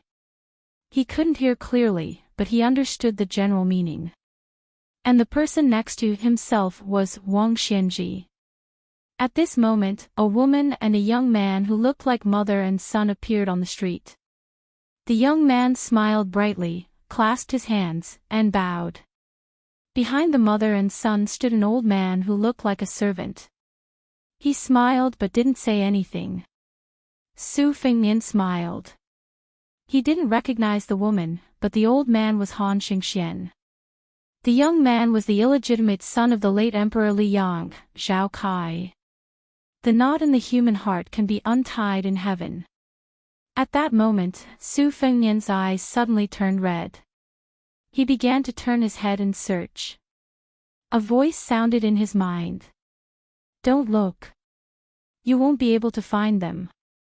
Except for your elder sister Su Jihu, your parents will become the last group of banished immortals in heaven in the future, falling on the human world like rain.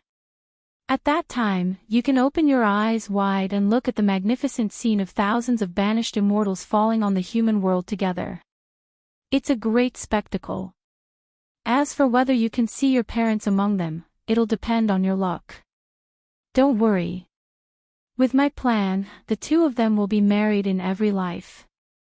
Even if they can't be born in the same year, month, and day in every life, it won't be too far off.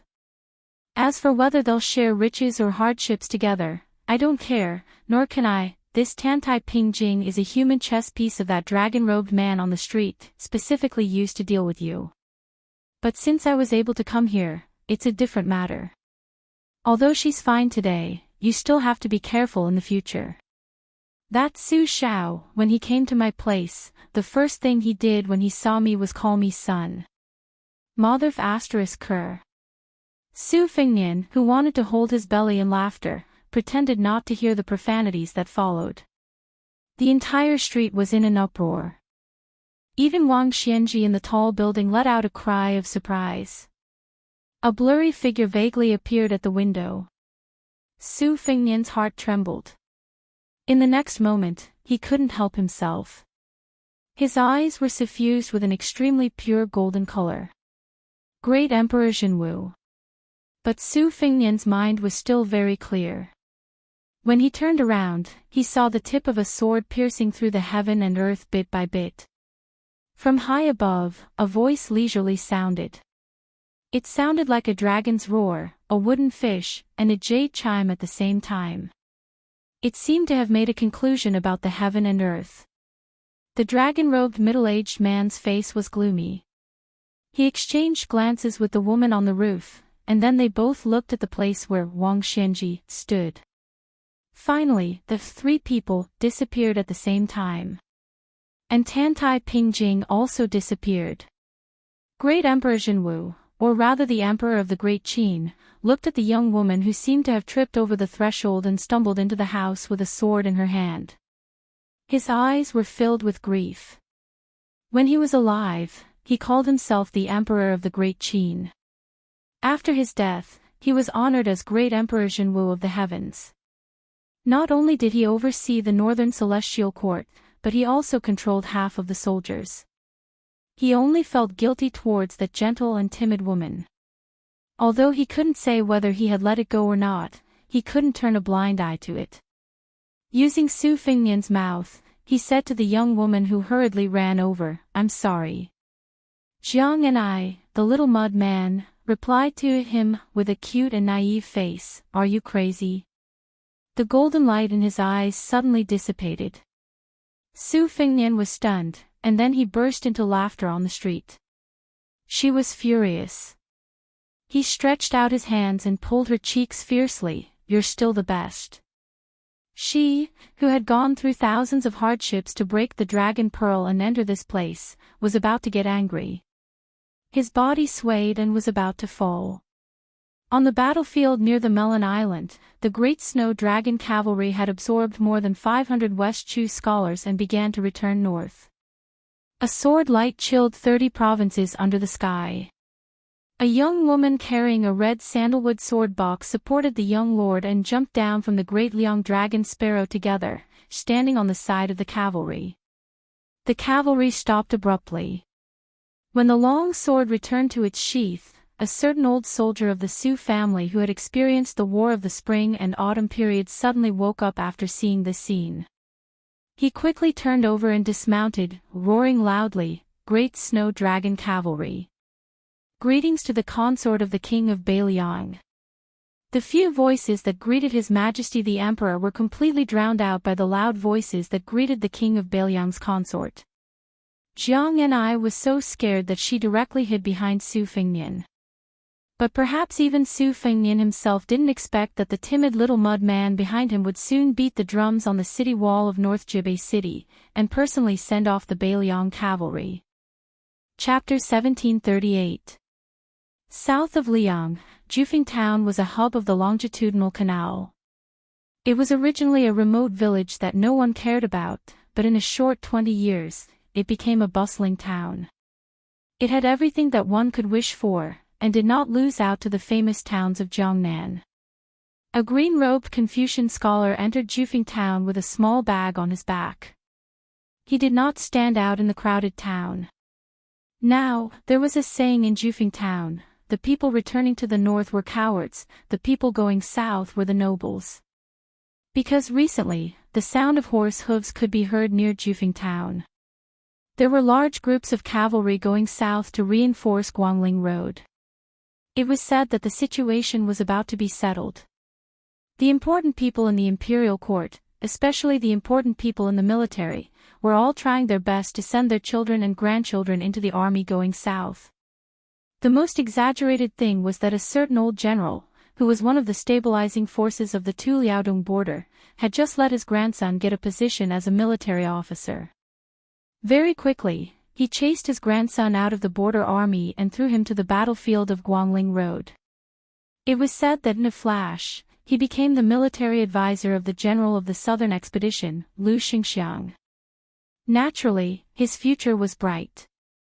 This Confucian scholar did not find an inn to rest at, but went straight to the famous book market of Jufeng town. On both sides of a 300 paces long street, there were large and small bookstores.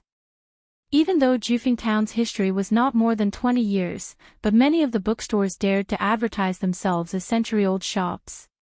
It was just that most of the people who bought books laughed it off and did not care about it. The Confucian scholar did not choose those bookstores with golden signboards, but entered a small and dark bookstore at the back of the street. Even though it was small, it had all the essentials. The father and son of this bookstore engraved books, sold books, and edited books. They did not have any rare books to sell, and they definitely did not find any famous books that could not be engraved by the imperial court. But the value was in their careful selection.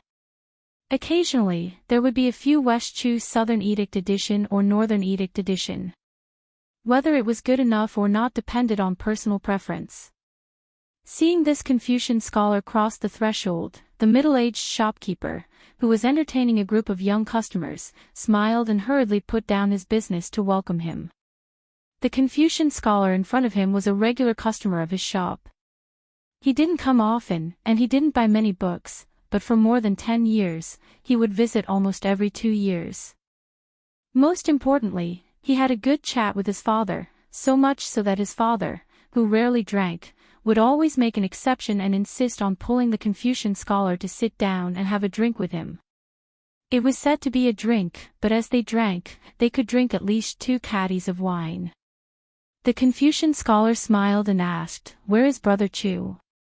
Last time, he said that he could not find the face-painted version of The Insect Under the Light. I brought it for him. The middle-aged shopkeeper calmly said, "Mr. Chow, my father passed away last year." The Confucian scholar was stunned for a moment.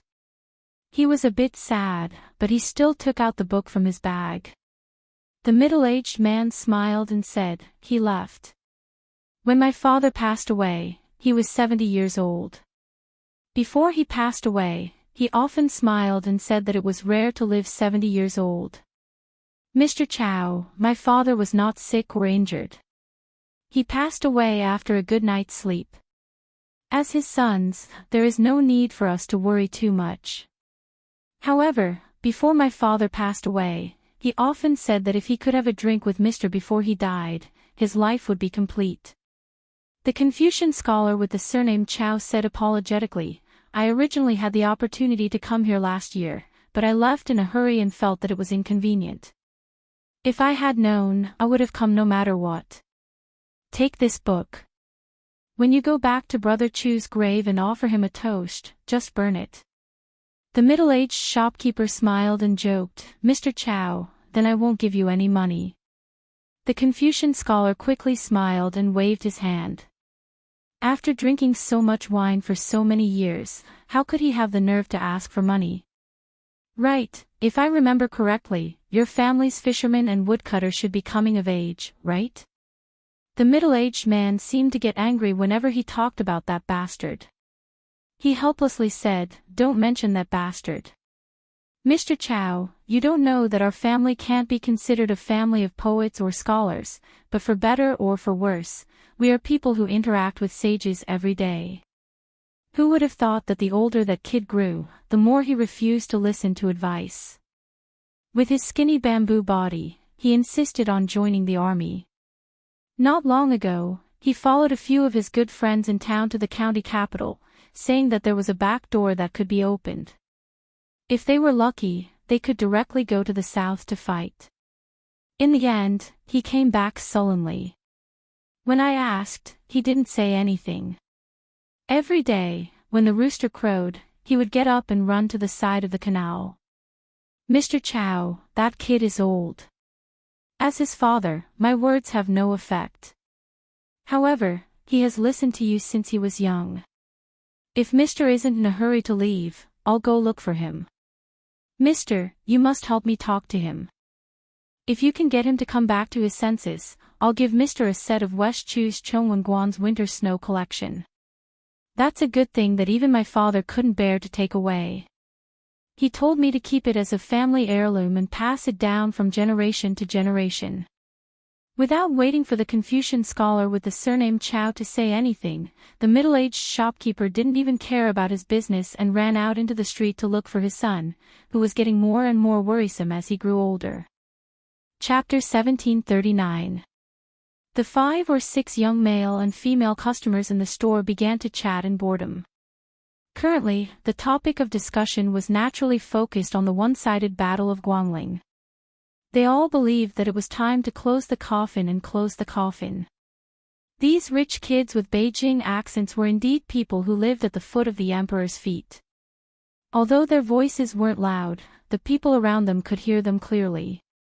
After commenting on the military achievements and abilities of the various generals of the imperial court, they also reprimanded the civil and military officials of West Chu. Soon, the topic reached the true backbone of West Chu's restoration, Chao Chongqing. In the end, both sides had opposing opinions. One side said that Chao Chongqing was only outstanding in martial arts and Go, but his ability to turn the country into a Go board was not enough. The other side retorted that Chao Chongqing was a clever housewife who could not cook without rice. He lost because West Chu did not have the right time, place, and people, and definitely not because that official was weak in Go. The dispute continued, but both sides were close friends and could not fight. Finally, the topic inexplicably shifted to the previous empress of West Chu. 2 young women spoke of her with pity. A young man dressed in embroidered robes sneered and said that she was nothing more than a femme fatale who could bring disaster to the country and its people. After West Chu was destroyed, it was rumored in the streets of the old capital that it was this woman who ruined the fate of Dechu. Otherwise, with West Chu's original fate, it should have been able to survive for another 160 years. Soon, another young man laughed and said, "Why is the popular saying that 9 out of 10 sheep are incomplete? Isn't it because the Empress of West Chu was born in the year of the sheep?" Not far away, the green-clothed Confucian scholar with white hair on his temples was silent. A young man who was playing with a small bronze seal laughed softly and said, "Not to mention that Chao Chongqing's reputation is unmatched, the king of Beiliang really made a big mistake. The imperial court has clearly relaxed the transportation of Guangling and actually led 10,000 cavalry south to Guangling under the banner of pacifying the rebellion. However, everyone knows that they are actually helping some remnants of West Chu to get out of trouble. However, Beiliang is domineering, but our imperial court can't do anything about it. After all, they control the northwest gate and claim to have 300,000 cavalry. My father has calculated with people in the Ministry of War and estimated that there should be around 120,000 to 30,000 cavalry. Sigh, we are really sullen. If it weren't for Beimang, the Beiliang Su family would have already handed over their military power." The Confucian scholar put down a yellowed ancient book and said with a smile, "Why else would I say that the world is afraid of the word if?" In fact, the group of people had long noticed this scholar in green robes. Although he didn't look like an official, the Liang court was generally more polite to scholars. Moreover, most of the reclusive scholars in the world had such a high standard. These young people who had come because of their fame came from the capital's official families, so naturally, they wouldn't treat this person with hostility. The Confucian scholar smiled and asked, I've always been curious. Why did the young Northwest vassal king want to fight to the death at the border? Can you explain to me? A young man with a crooked appearance said loudly, Isn't Su Fengnian a grandmaster of martial arts evaluation? Since no one will die, why didn't Su Fengnian lead the Beiliang cavalry into battle? If he lost, he would just run away. If he won, his name would go down in history for all eternity. If it were me, I would also fight the Bei Mang, and beat the Bei Mang to death. The Confucian scholar asked again, then why didn't he join forces with the Bei Mang? 300,000 Beiliang frontier army and 1 million Bei Mang troops to go south to the Central Plains. Wouldn't that be a better chance than defeating the Bei Mang? The young man was stunned for a moment, and then said righteously, It must be because Su didn't dare to ask a tiger for its skin. The Bei Mang barbarians are naturally bloodthirsty. In addition, they would definitely use the Beiliang cavalry as the vanguard. When they finally conquer the Central Plains, the Beiliang troops would be left with only a few tens of thousands. Wouldn't that old woman of Bei Mang burn the bridge after crossing the river? In the end, not only did Su not get any benefits, but he also got his head chopped off. Su isn't a fool. Why would he do such a loss-making business? What do you think, sir? The Confucian scholar nodded and smiled, that makes sense. Then, as if he remembered something, the Confucian scholar waved his hand and said, I don't deserve to be called Mr., and I've never been an official in Liang. My surname is Chow. You can call me Old Chow. The handsome young man playing with the bronze seal asked tentatively, Judging from your accent, Mr. Chow. Oh, no, Old Chow, are you from Guangling Taoism? The Confucian scholar nodded and said self-deprecatingly, That's why I haven't been an official. Everyone was relieved. Naturally, they felt that this person couldn't be a high-ranking official in Liang imperial court because of his background as a Guangling Taoist. Probably because he had some knowledge and integrity, but he didn't want to be a low-ranking official in Liang imperial court. Thus, he chose to be a poor scholar who traveled all over the world. The travel-worn Confucian scholar suddenly looked towards the south. Then, as though he had the intention to leave, he turned to the group of young men and women and said gently, Originally, I also have an if to say to all of you, but there's something I need to do first. I'm afraid I won't be able to wait for the owner of this shop. Please help me pass the message. A woman said sweetly to persuade him to stay, It won't be too late to leave after you say the if. The Confucian scholar, whose hair was already white but had a unique style, shook his head and said, There is something that really can't be delayed. After he finished speaking, the Confucian scholar walked out of the bookstore and walked along the small street towards the outside of town. On his way north, he deliberately concealed his presence, so he didn't walk very fast. This was because he wanted to see some old friends like the bookstore owner of Jufeng Town. He was afraid that they would be implicated after he died. The world was afraid of what if, and the world was afraid of what if. So his if was destined that no one in this world would know. If, during his official period, West Chu would be revived, he would personally lead the army north, and Gu Jiantong's Liang and Liang border armies would go south to Graydon City. Wang Sui would resist the Bei Mang and take the chance to go south, and Su Fengnian's 300,000 Beiliang cavalry would choose not to move because of a certain woman surnamed Jiang. Also, with Chen Jibao leading the Shu army in Guangling Road, they only needed to tie down Wu Zhongshuan and Su Gong's armies. They didn't even need to stop the Yan King Zhao Bing's Nanjiang army from coming to Graydon City because they wouldn't be able to make it in time. Then would the world still be surnamed Zhao? He didn't think so. He, Chao Chongqing, didn't think so. After this man slowly walked out of Jufeng Town, he took off his bag and took out 2 chess boxes. Allow me, Chao Chongqing, to play one last game for you. Chapter 1740. The Great Snow Dragon Cavalry went back the same way they came. First, Yuan Zuozong led his troops to the south. The Qingzhou army, which had less than 1,000 cavalry, was defeated like a landslide. The cavalry was almost wiped out. The Qingzhou army, which had no city to rely on, was driven 40 miles away. No matter how brave and skillful the Qingzhou army was, he could not stop the decline of the infantry army.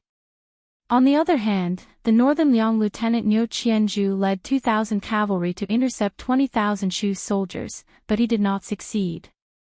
This was because the Shu army's main general, Che Yi, unexpectedly chose to avoid the vanguard and led his army to take a detour to the north. His army's route directly drew a large arc. Niu Qianzhu's 2,000 cavalry under his command approached the Shu army several times. Amidst the flying dust, the Shu army was ready for battle, completely ignoring the Great Snow Dragon cavalry's provocation. Not only that, this lone Western Shu elite army that had penetrated deep into the Central Plains, in order to show weakness, they withdrew all their mounted scouts and were actually willing to be blind. Niu Qianzhu also did not dare to start a battle without permission and delay the military's plan. However, he was really sullen. Before he joined the Beiliang cavalry in the south, he led 20 retainers to the side of the Shu army. He stopped his horse and raised his spear. The Shu army still did not move. They just buried their heads in the east. In the end, Niu Qianzhu spat, turned his horse around and led the army back to the south. As the four armies collapsed and were afraid to fight, the defense line built by Li Yang's assistant minister Su Gong was full of holes. In addition, Ji Zhou's general, Yuan Tingshan, was not willing to send out troops alone to stop them. He could only watch the Great Snow Dragon cavalry easily break into Guangling Road. This made the southern expedition general Wu Zhongshuan furious. Accompanied by his trusted aide Tang He personally rushed to Chaisang County to denounce Su Gong. The Minister of War and the left Assistant Minister of War met in this way for the first time and parted on bad terms.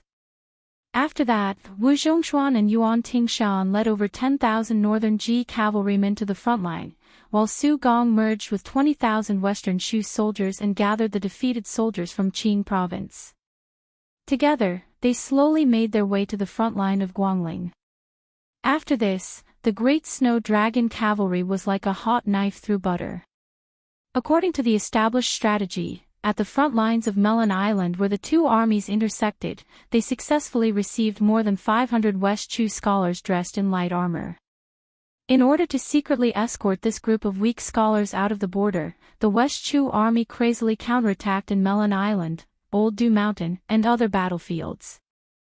In a short day, nearly 10,000 people died in battle, and 500 young carps almost died of thirst.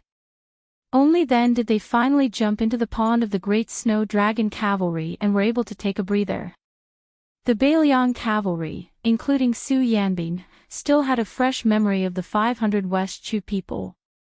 After being escorted by the main force of the Great Snow Dragon cavalry, they did not have much joy of surviving a disaster. Instead, they all looked dejected and pained. The 500 people neatly dismounted from their horses and knelt to bid farewell to the east, crying silently. That scene was like a homeless dog that had no home to return to, lying under the roof of someone else's house and sobbing in pain. After Yuan Zuozong took over the name list with sloppy handwriting, he had mixed feelings. This time, Beiliang had surrendered 496 people, and there were 416 young West Chu scholars. Excluding the 70 or so ladies from Guangling Daoist families, there were only a dozen West Chu generals. The name list in Yuan Zuozong's hand was not recorded at the beginning. There were only a few lines of small characters written by someone. It was a shocking sight. De Chu has 500 people. Can't talk about reviving the country. The surname Chu stays in Beiliang and can't leave the northwest. The will of Chao Chongqing, the sinner of Chu. The east wind thawed and turned into rain. They were just waiting for the sound of the spring thunder. At this time, it was raining continuously. the advance of the great snow dragon cavalry was more or less hindered. The horse hooves were covered in mud, which made the Bailiang cavalry, who were used to the sun and sand of the desert, very uncomfortable. Su Fengnian, Su Yanbing, and Yuan Zuozong rode side by side.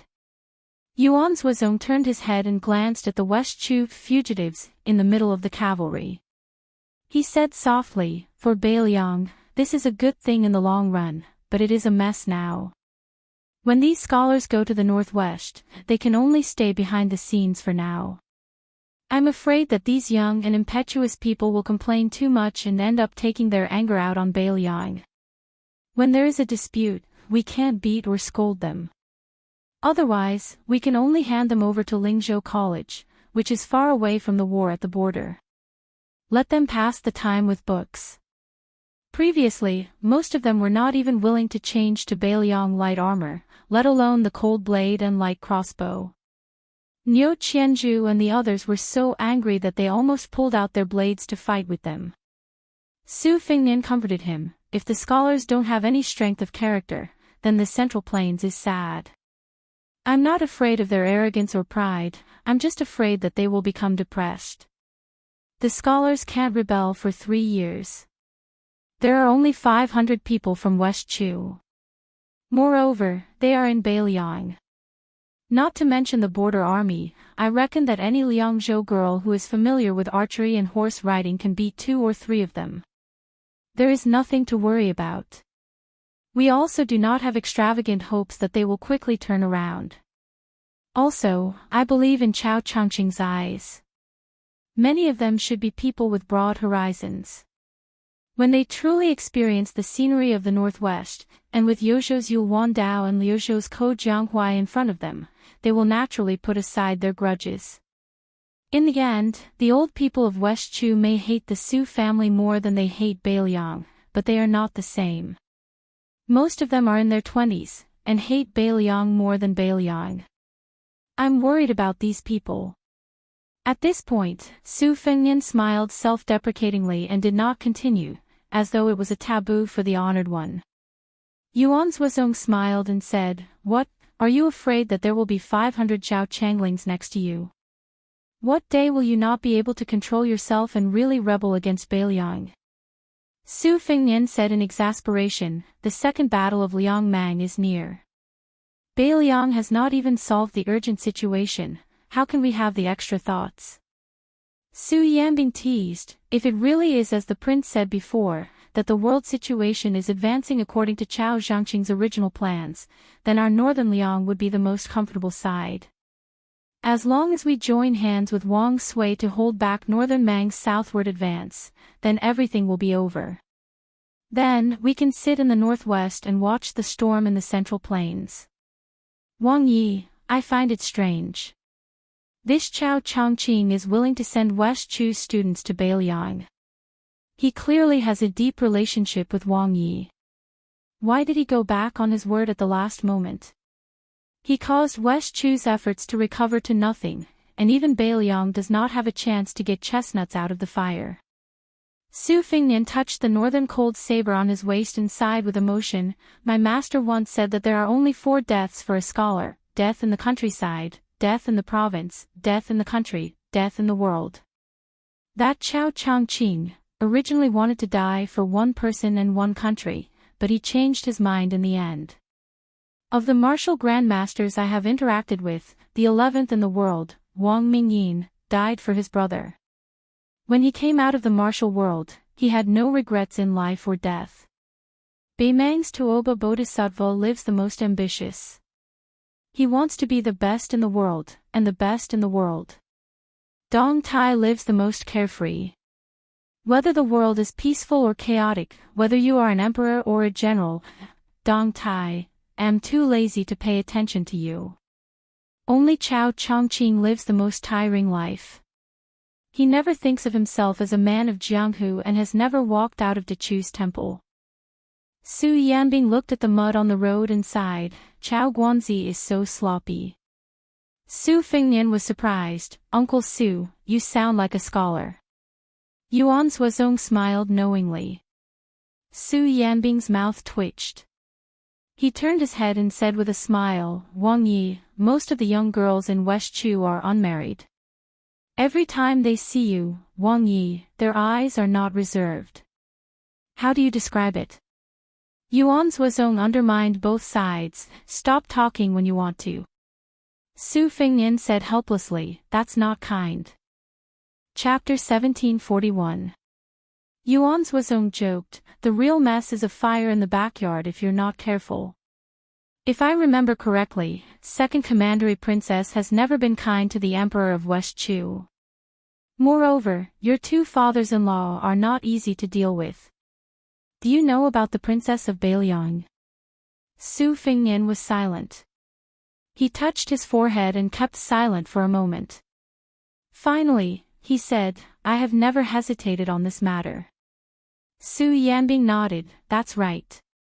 Yuan Zuozong suddenly said, Xie Shibian is also in the army. If we can get his help, our Beiliang frontier army will be like a tiger with wings.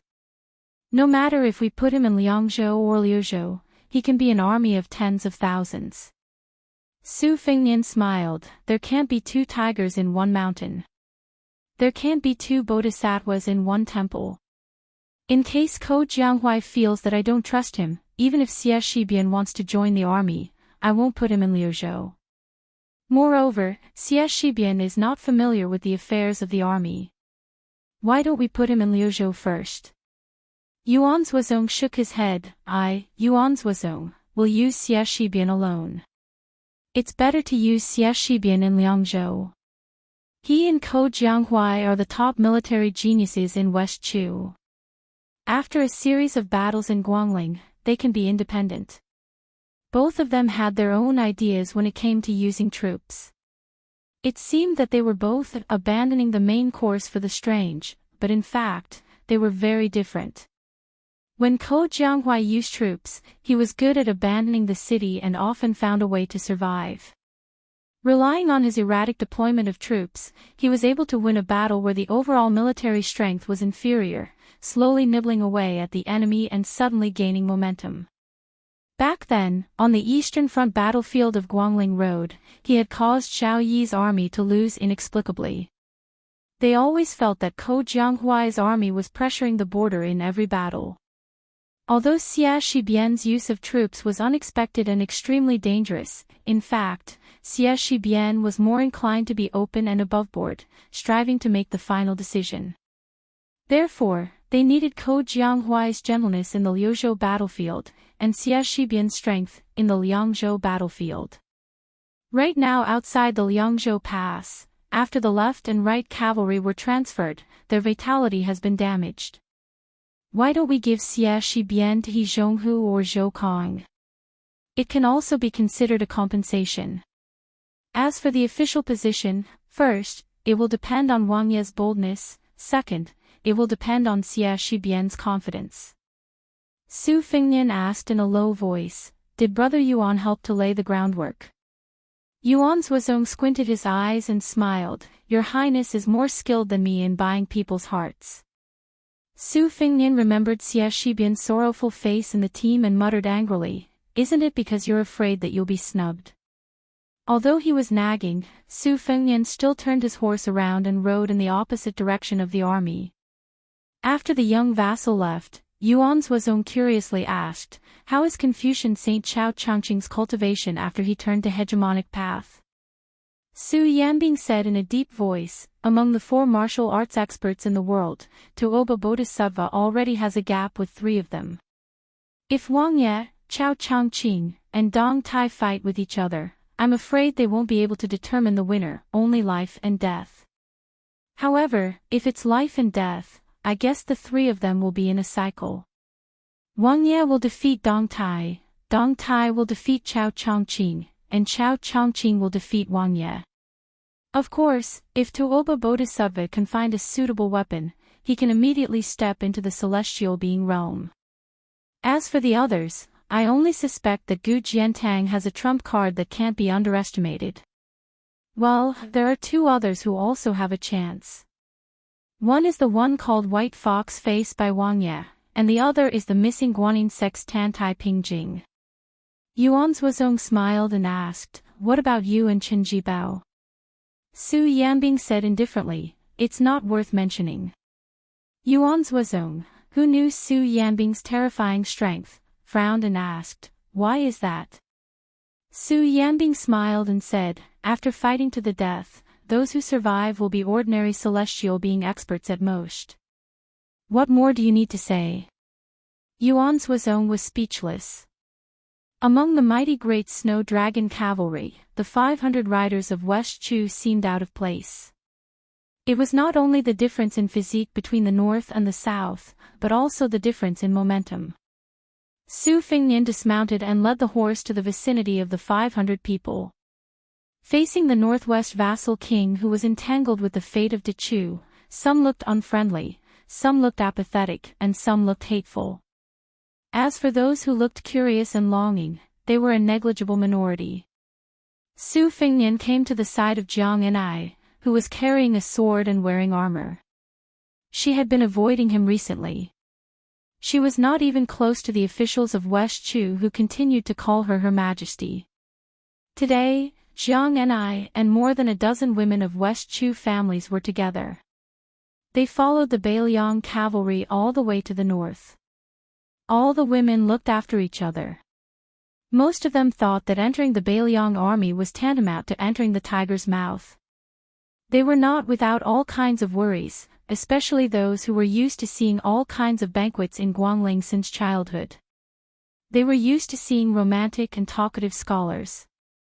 Suddenly seeing so many armored and silent Beiliang cavalry, as weak women, how could they not be worried about their future? Only when Her Majesty arrived on her sword and saw the young vassal king whose name shook the world with their own eyes did they relax slightly. They followed the army north for half a day and found that the valiant Beiliang cavalry did not make any trouble, especially when the king of Beiliang took extra care of the 500 people of Dechu. They began to smile intermittently. Occasionally, when the army stopped by the river, they could not help but laugh and play. They also did a good job of washing the horses' noses, brushing their backs, and feeding them fine grain. Su Fengnian walked to the willow tree beside the official road. He did not walk directly into the shade of the tree. He was still 7 or 8 steps away from Jiang Enai and the young women of the wealthy families. Without waiting for Su Fengnian to speak, 4 or 5 young men with blades and swords at their waists quickly walked over. Their boots were covered in yellow mud. They were no longer as handsome as they were in the past. These young men did not speak. They only stared at Su Fengnian with dark expressions.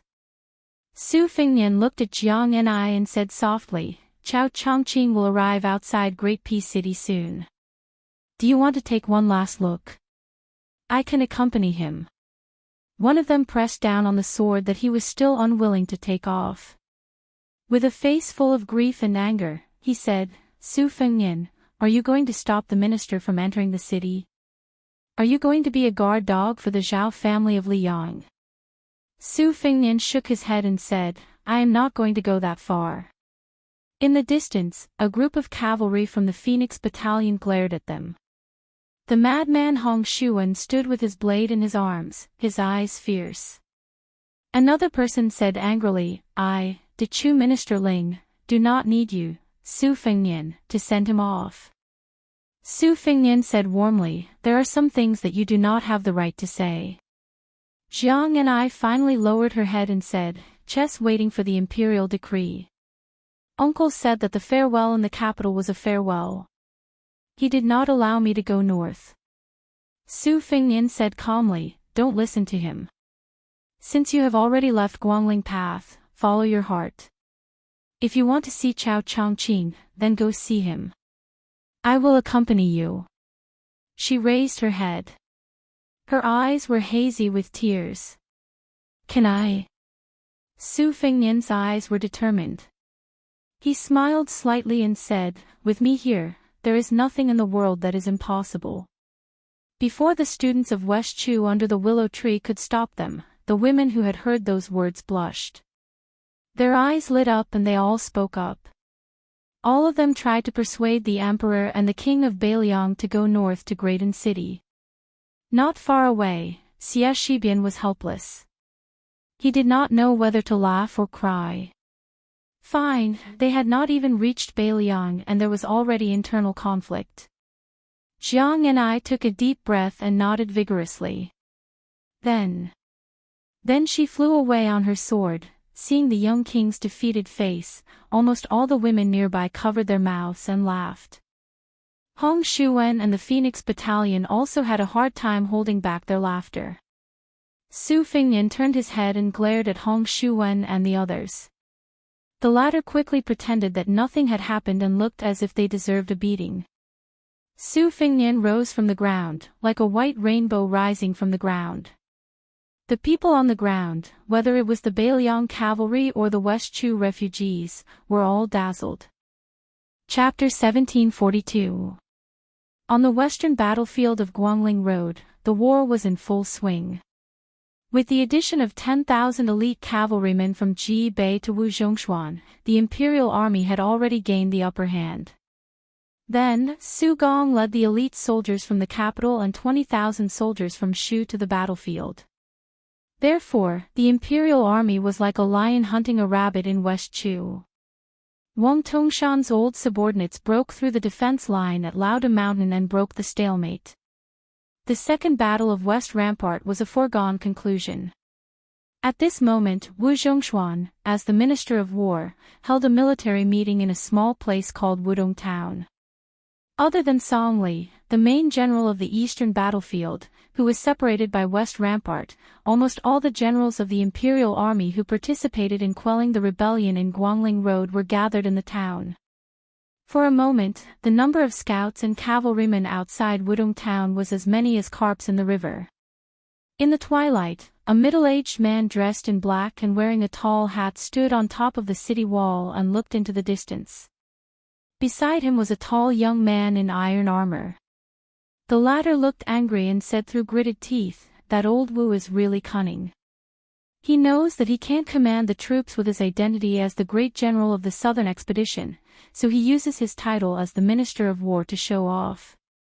If not, General, as the nominal commander-in-chief of the southern expedition, your title is half a level higher than the great general of the 4 expeditions and 4 towns.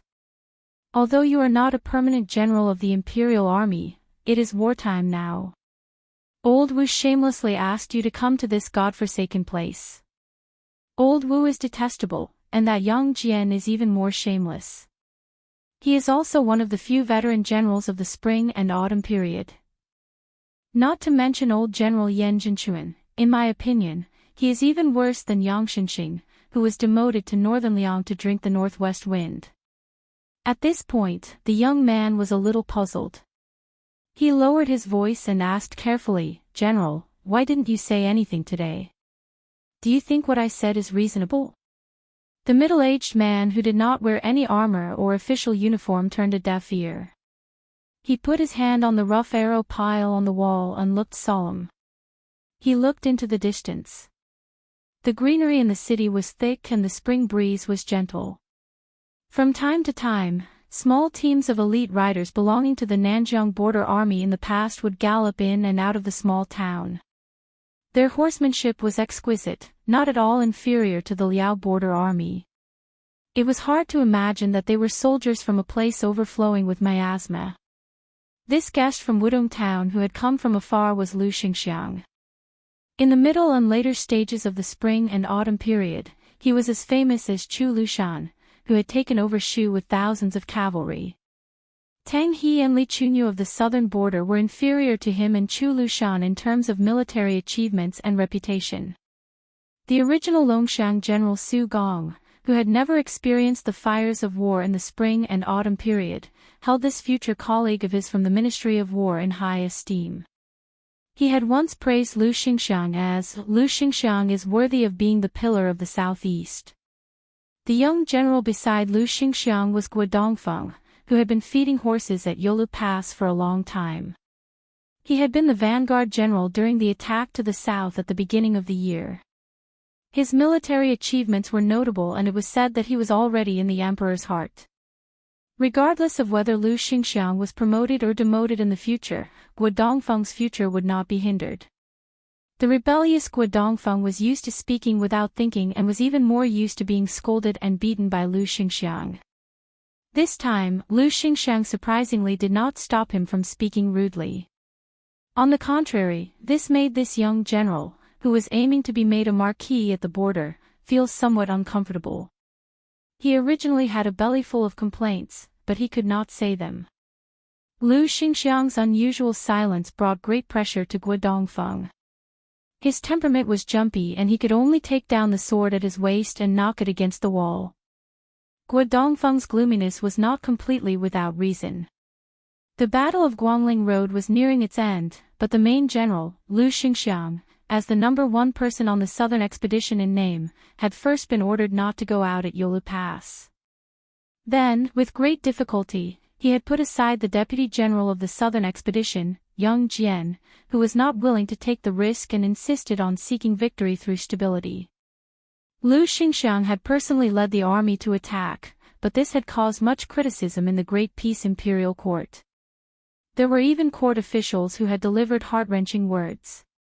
Their choice of words and sentences could be said to be extremely sinister. They did not dare to say that General Piao Yi was unbearable.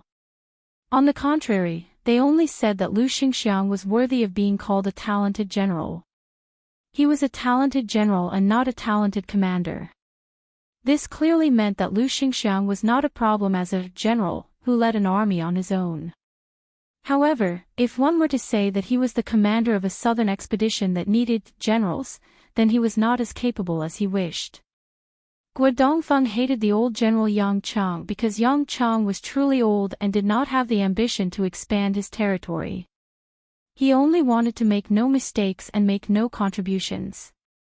He only had 20 to 30,000 men under his command, yet he had stuffed 200 or so children of officials from Great Peace City into his ranks. This was even more exaggerated than Yang Xinqing's original actions. After all, the latter only accepted children of generals. Yang Chang's table manners were even worse. It could be said that he did not reject anyone who came. Mixed in with so many embroidered pillows who ran to Guangling Road to fish for military merit, Yang Chang did not dare to have the slightest desire to advance. Thus, after the old general led his army south, he wanted nothing more than to hug Lu Xingxiang's thigh and make him unable to move. He only wanted to wait until Westchu's power was gone before he could safely take a share of the spoils. It was clear that after Yang Xinqing's example, the experienced and prudent Yang Chang had no choice but to be even more cautious. Earlier, Guo Dongfeng had seen Yang Chang's main army advance at a tortoise's pace. The frequent use of scouts and mounted scouts was at the peak of perfection. Guo Dongfeng felt that it could be recorded in the annals of history. Almost every 3 li, there would be a scout that filled the sky. When he heard that the Bailiang cavalry headed straight for Guangling Road, Yang Chang's army, which was located to the west of Lu Xingxiang, even though there was still a path of the Ji province cavalry and a path of Su Gong's army, Yang Chang had already given the order to stop advancing. Guo Dongfeng heard that almost half of the 200 or so children of officials had retreated in the name of escorting the provisions of the capital. Because of this, Guo Dongfeng almost laughed his teeth out. A scholarly man wearing the robes of a military official did not have any retinue following him and walked up the city wall alone. Guo Dongfeng turned his head to look. Although it was an unfamiliar face, he was a third-rank official. His prominent identity was clear. Assistant Minister of the Ministry of War Su Gong, the pillar of the Gongnamdu Gomu Su family. After the Minister of War Liu Baijie, who had originally been the leader of the Jiangnan scholars, was defeated in Graden City, Su Gong had undoubtedly become the successor of the Gongnamdu officials in Jingdou. Guo Dongfeng did not have any ill feelings toward this person. Su Gong and his benefactor, Lu Xingxiang, were in the same boat. Su Gong had entered the capital to work in the Ministry of War. Before he could even warm the chair of the Assistant Minister of the Ministry of War, he had been thrown to patrol the borders of the 2 Liao provinces. With great difficulty, he had relied on the string of successful reports from the Great Pillar State Gu Jiantang on the Liaodong border to gain control of military power. This time, he had gone south with a face full of dust.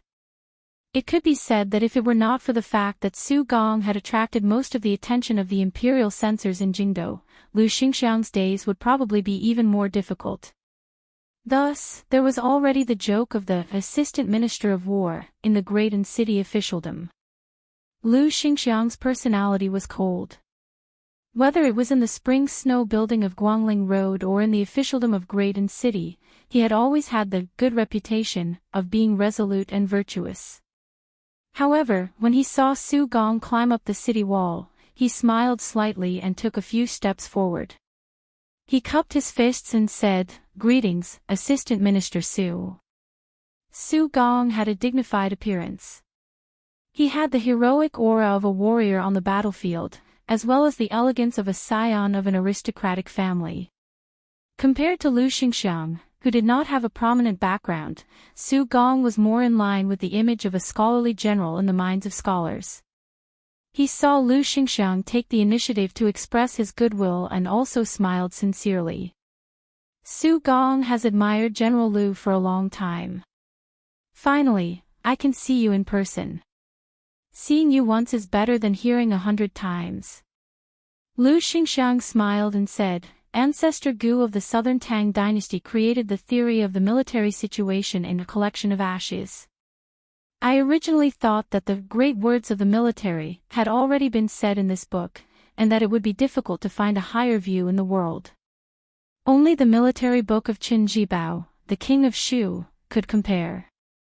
There were no details, big or small, tens of thousands of words, and it taught the generals in the army that everyone should follow the prescribed order and perform their duties. When Assistant Minister Su entered the capital, I was no longer in the capital. However, coincidentally, there was a military book that Assistant Minister Su wrote in his early years. At the time, I had nothing to do at Yulu Pass, so I focused on studying it. I benefited greatly and did not feel that time was wasted. Assistant Minister Su said in his early years that I, Lu Xingxiang, was the cornerstone of the Southeast. Previously, I had a deep prejudice against the scholars of Gongnamdu and mistakenly thought that Assistant Minister Su was one of those rotten scholars who only knew how to talk about war on paper but had little ability. If I had read that military book a few years earlier, I would have said, Su Longxiang is the cornerstone of the Southeast. Even if the world mistakenly thought that you and I were inviting each other, it was fine. Su Gong laughed heartily and said, to be able to hear the words of Lu Xingxiang in front of me, it is better than thousands of words from afar. That from afar, that Su Gong spoke of was naturally the uproar in the court of Great Peace City.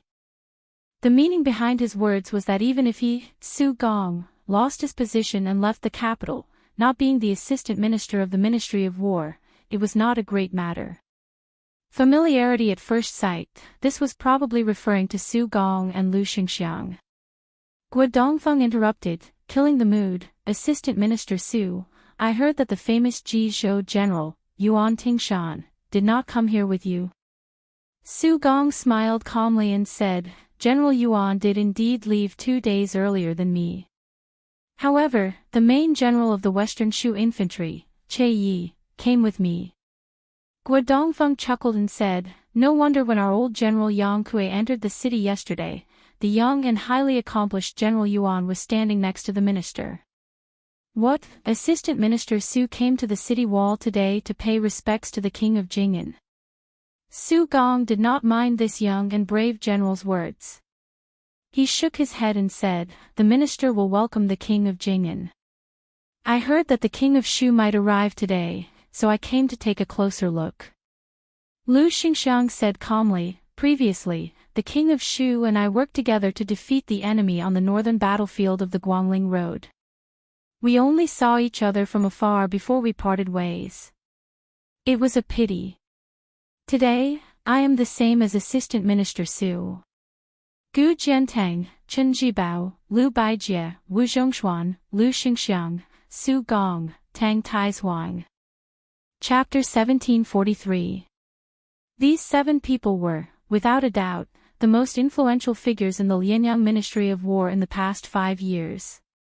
Other than Lu Baijie, who had to resign because of the Guangling War, Gu Jiantang led the military and politics of the two Liao provinces. Qin Jibao was given the title of King of Western Shu.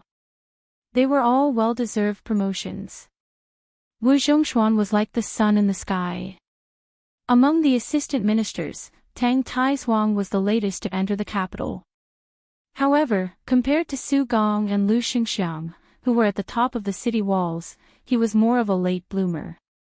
Everyone in the court gradually viewed Tang Taizhuang as the best candidate for the next Minister of War. It was clear that Su Gong had lost a lot of people's hearts when he led his troops south to stop the Beiliang cavalry. At this time, there was a large group of people galloping out of Wudong town. There was no lack of high-spirited young people sitting high on their horses. Guo Dongfeng lay lazily on the arrow mound and looked at their figures. He twisted his mouth and his face was full of disdain. Su Gong stood beside Lu Xingxiang and smiled. It seems that the king of Jing'an is quite popular. Lu Xingxiang smiled playfully and said, "Who in the world doesn't know that the king of Jing'an is loyal to the court? Everyone says that he is the role model of the vassal kings."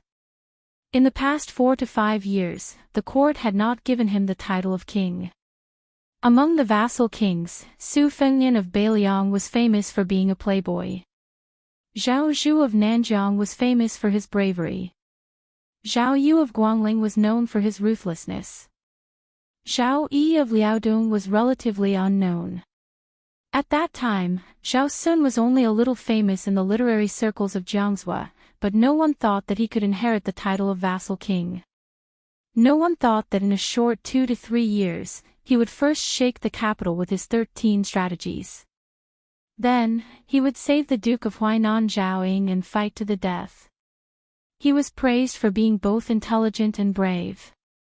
The group of young nobles who followed General Yang Chang to Wudong town probably came because they admired their peer, the king of Jing and Guo Dongfeng. What's the saying? Guo Dongfeng, who suddenly heard Lu Xingxiang's question, was stunned for a moment. He was at a loss.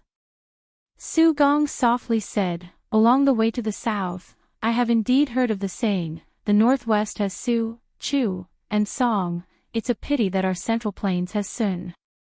Guo Dongfeng, who heard this for the first time, flew into a rage. He is just a suicidal vassal king, who knows nothing about military affairs. How can he deserve to be called Zhongyuan Yuan Sun? That guy surnamed Su at least blocked the iron hooves of Beimang's million-strong army. I, Guo Dongfeng, am somewhat convinced.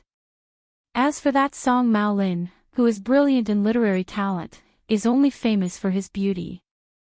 I, Guo Dongfeng, disdain to compare myself with him. But who is this Zhao Sun? There were no soldiers near the city wall where the three of them were standing, so Guo Dongfeng's arrogant words did not matter. Su Gong smiled faintly. What a pity. Almost at the same time, Lu Xingxiang said, "What of my central plains?" The two famous generals who had been friends for a long time and met for the first time in the small town looked at each other and smiled. Not long after, the king of Jing'an, Zhao Sun, dressed in the official robes of a vassal king, withdrew from the Guangling River Navy and headed north. He only brought a small group of elite riders to Wudong town. Next to him were the children of the eunuchs in Jing who had come out of the city on their own to welcome him. After they met, Zhao Sun was gentle and courteous. All of them felt regret that they had not met sooner. The large group of people and horses surged into the small town. When Zhao Sun saw the two people on the city wall, he quickly smiled and cupped his fists in greeting. Su Gong and Lu Xingxiang also cupped their fists in greeting. Zhao Sun did not feel that the two generals of Liang, who had been assistant ministers of the Ministry of War, were lacking in manners. However, the group of young people who had been able to call the wind and summon the rain in Great City when they were young felt injustice for the king of Jing'an. They felt that Lu and Su were only people of high status but little power and should not be so restrained. Not to mention coming out of the city to welcome him, at the very least, they should have come down the city wall to greet this vassal king. However, something that made these people even angrier appeared. On the street, 3 riders suddenly appeared. Facing their cavalry army, almost all of whom were of noble status, they were not willing to give way. If not for the king of Jing'an and Zhao Sun taking the lead to give way, the two sides would have collided. The domineering 3 riders directly exited the city in the middle of the road and did not even look at the people. When someone was about to get angry, someone would quickly remind them in a small voice and then everything would be calm. The 3 riders of Shishu were Che Yi, Dian Xiongzhao, and Wei Fuqing. Dian Xiongzhao and Wei Fuqing had been the 4 fangs of Beiliang, outside the Northwest Pass. Later on, the 2 of them followed Qin Jibao into Shu without bringing a single soldier. This was like thunder in the ears of the Liang court. Su Gong looked at the backs of the 3 riders with a calm expression. In reality, if it were not for the 20,000 Shu soldiers retreating at the last minute, the Beiliang cavalry would not have been able to enter Guangling Road so easily. However, the assistant minister of the Ministry of War, who had lost the support of the people in court because of this, did not seem to hold a grudge. Lu Xingxiang calmly glanced at Su Gong. About 15 minutes later, the 3 riders exiting the city turned into 4 riders entering the city. The leading rider was a man dressed in white. He held a long spear at an angle and was as handsome as a god. Lu Xingxiang and Su Gong moved their feet at the same time. They no longer stood in their original position and looked down. After walking down the city wall, the 2 of them stood near the inconspicuous city wall. The 4 riders did not stop, but the man in white nodded slightly at the 2 of them. Guo Dongfeng's eyes were burning as he muttered, "I will be like this in the future." The 2 great generals of the court, who did not feel that they had been neglected, quietly watched the 4 riders leave. Moreover, at this time, the small Wudong town was filled with dragons crossing the river. There were many eyes and eyes. If the 2 assistant ministers, who were not successful on the battlefield and had lost their official career, stayed together, it could be explained as human nature to stick together for warmth. However, if they were to interact with the feudal lords who held authority at the border, then they would be asking for trouble. However, toward this person called Qin Jibao, whether it was Lu Xingxiang, who had long been famous throughout the spring and autumn period, or Su Gong, who had risen to prominence in the Liang army, they both felt a sense of admiration and longing from the bottom of their hearts. No matter how high the civil officials in the Liang imperial court would be in the future, or how low the military generals would be in the future, in their hearts, Qin Jibao would always be a romantic figure worthy of mutual admiration. Logically speaking, on the battlefield, there would only be piles of corpses, and there would never be romantic affairs. However, Qin Jibao was undoubtedly the only master of the art of war after Yi Baikui's death who could command troops like a deity. So much so that the 2 emperors of Liang were willing to see him as the country's barrier. The previous emperor, Zhao Dun, even wished that Qin Jibao could become the spring lake and stone mountain in his Zhao family's backyard. Not only could it be pleasing to the eye, it could also set the feng shui. Su Gong and Lu Xingxiang stood in the shadows of the city wall. Su Gong laughed in a low voice and said, "I think that General Lu need not worry about temporary gains and losses. General Lu's wind rises outside the Great Wall, not in Guangling, and certainly not in the capital." Lu Xingxiang smiled but did not speak. Su Gong took the lead and left. Guo Dongfeng was surprised to find that the commanding general, Lu Xingxiang, had a faint murderous aura. Guo Dongfeng looked at the somewhat unfamiliar great general Piao Yi and began to feel uneasy. Lu Xingxiang took a deep breath and sneered, "You are indeed worthy of being called Su Longxiang. It seems that in the future, the person who will compete with me for the number 1 military merit in the expansion of the border will be none other than you." Guo Dongfeng was baffled. For the first time, he restrained his curiosity and did not dare to ask half a question. Lu Xingxiang exhaled a mouthful of turbid air and slowly walked forward. He only felt some murderous aura toward Su Gong, who had seen through his scheme, but toward Chao Chongqing, who had changed his mind at the last moment, he was extremely angry. In Lu Xingxiang's view, if Chao Chongqing followed the previous arrangement and deployed troops, then Gu Jiantang would be the new dynasty's Su Shao.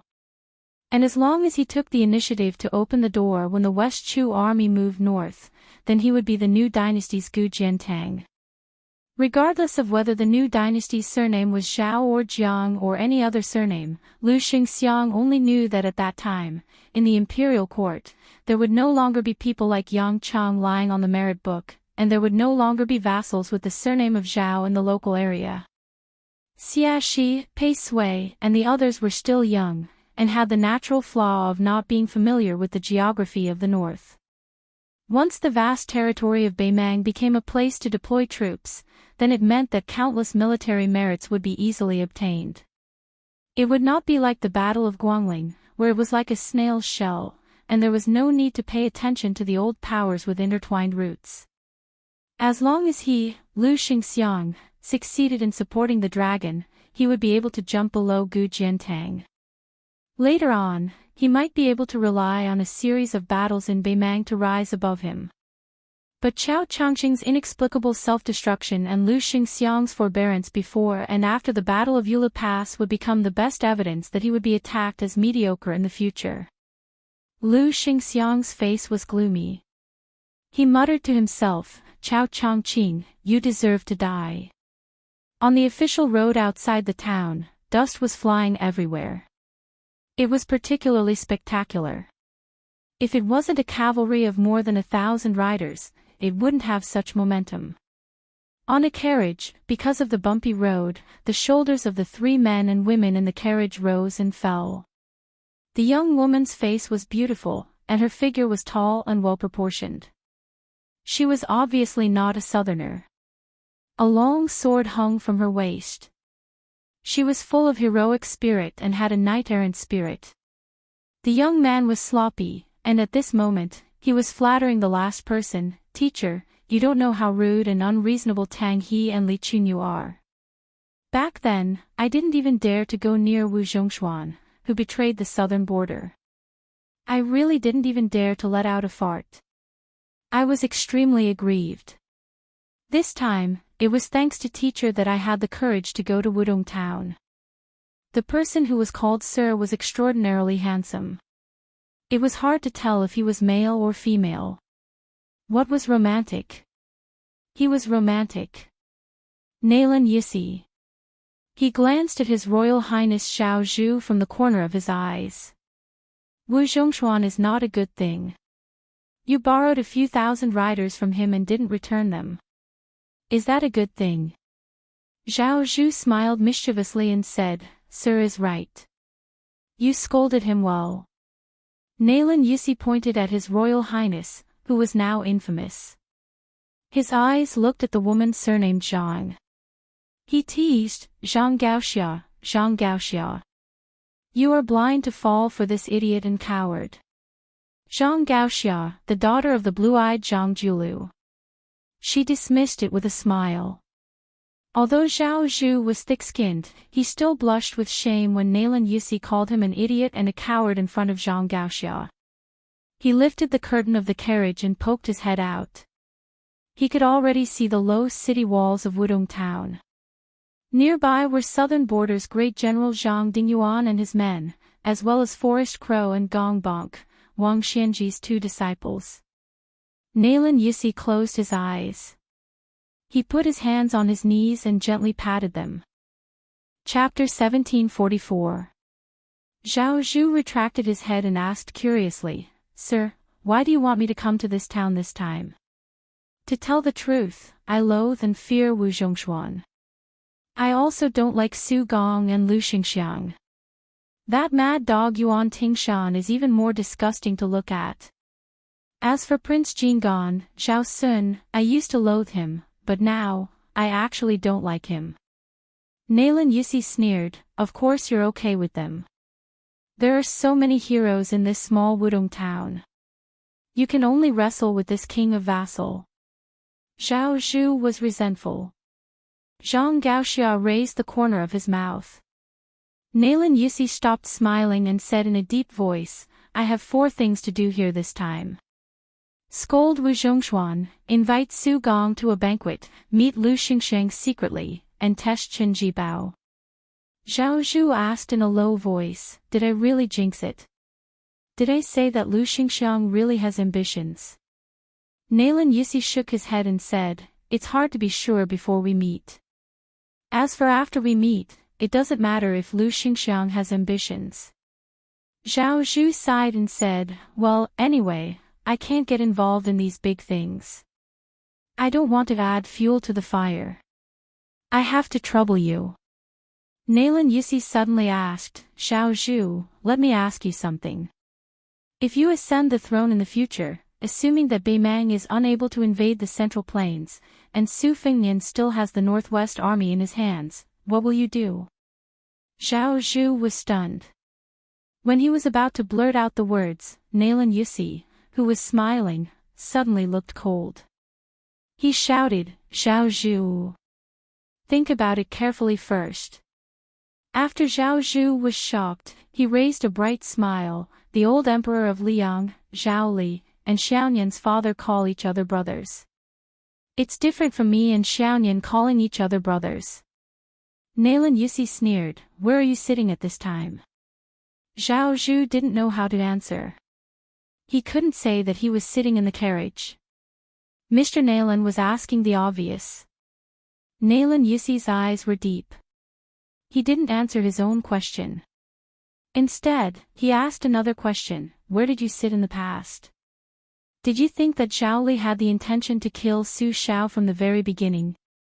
He wanted to kill Su Shao, and his son, Zhao Dun, wanted to kill Zhang Gaoxiao's father.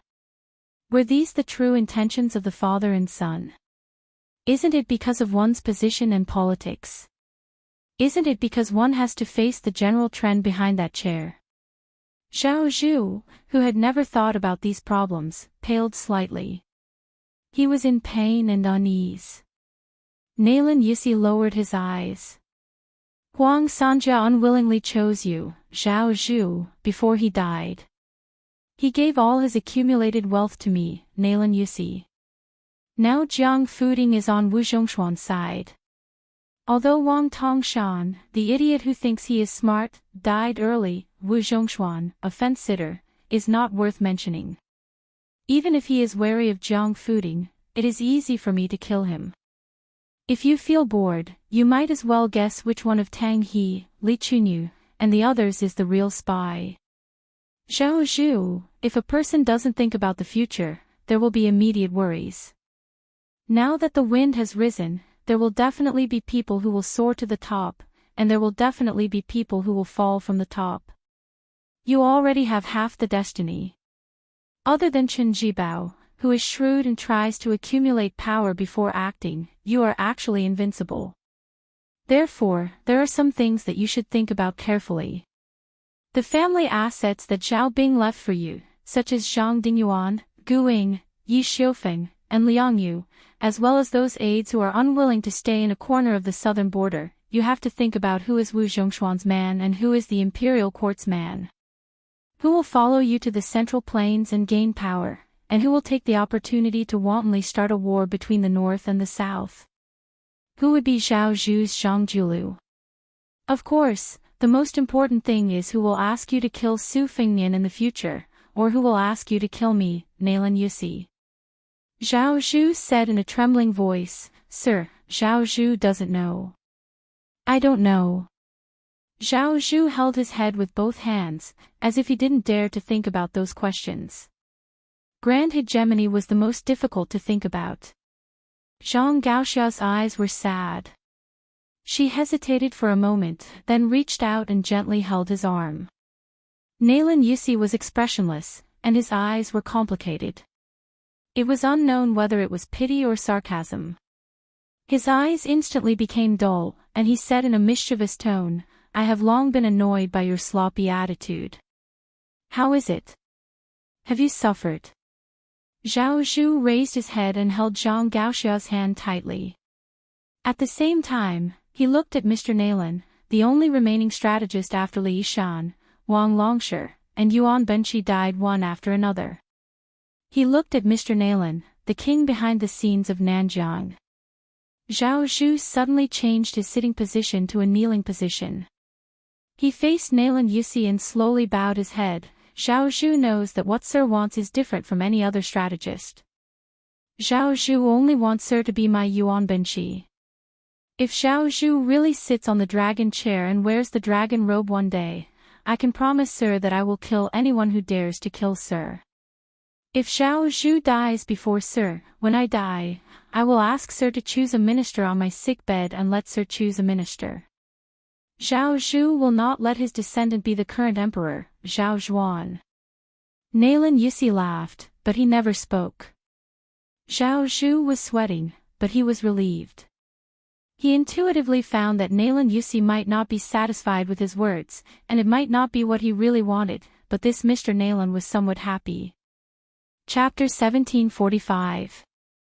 Nalan Yusi closed his eyes to rest and smiled faintly. He didn't care about the embarrassment and heaviness of His Royal Highness of King Yan at all. Nalan Yusi suddenly whispered, "If you feel stuffy in the carriage, you can go out." Zhao Zhu hurriedly got up and left with Zhang Gaoxia, who was wearing a hat. Ishan, back then, the two of us heard Huang Longshu say that thousands of years later, many scholars at that time would not only be able to calmly sit on equal footing with emperors, kings, generals, and ministers, they would even lose their backbone in front of officials as small as sesame seeds and mung beans. They would truly regard officials as their parents. I laughed. "You were angry. You used 20 years to teach your closed-door disciple to be a hero instead of a mighty lord. In the end, you died just like that, and your ashes were scattered outside the Northwest Pass." You laughed. I was angry. I could guess Huang Longshu's selfishness. He, Huang Sanja, calculated people's hearts. There was a paladin who made him lose once. He felt that he could turn the tables after his death. He firmly believed that Zhao Zhu and Su Fengnian would turn against each other. Then I, Nalan Yusi, will make you and Huang Longshu lose once. Nalan Yusi opened his eyes and looked up at the top of the carriage. He softly hummed a song from his hometown. There was a young man who went to the mountains with a broken book box. There was a little girl who came from the mountains with the fragrance of orchids. Nalan Yusi lifted the curtain, and the spring breeze brushed his face. He narrowed his eyes and looked at the northeast. "Chao Chongqing, you and I are bitter, but you are still luckier than me." Nalan Yusi suddenly put down the curtain and suddenly reached out to cover his mouth. After spreading out his palm, he looked down at his bloody hand and muttered to himself, "But we are all young men." Outside the southern gate of Liang capital, the wide official road that connected to the imperial road in the city had been empty since 4 hours ago. The whole city was waiting for one person. Waiting for one person to attack the city. The city was full of iron armor. On this day, the elites of the 4 armies of the capital were all gathered here. Facing that green-robed man, they were still facing a great enemy. There was a green-robed Confucian who was walking slowly on the official road less than half a li away from the capital. He was alone, holding a go box in his hand. He stopped and sat down. He didn't face the number 1 city in the north. Instead, he sat cross-legged with his back to the east. The black box contained the white stones, and the white box contained the black stones. He placed the 2 boxes of old court objects that he had found in West Chu's chessboard waiting for the imperial edict in front of him. They were separated by a chessboard, and the boxes were already open. Thinking back to those days, the state preceptor Li Mi once said after getting drunk, "There is only one outstanding rock in the world, and I, De Chu, alone have 8 parts, and Chao Dei alone has 8 parts." How could such a person not be proud of himself? He sat upright and still, with 2 fingers together, reaching out to the go box in front of him, but he didn't play a go piece. He just smiled and looked across, as if someone was playing go with him.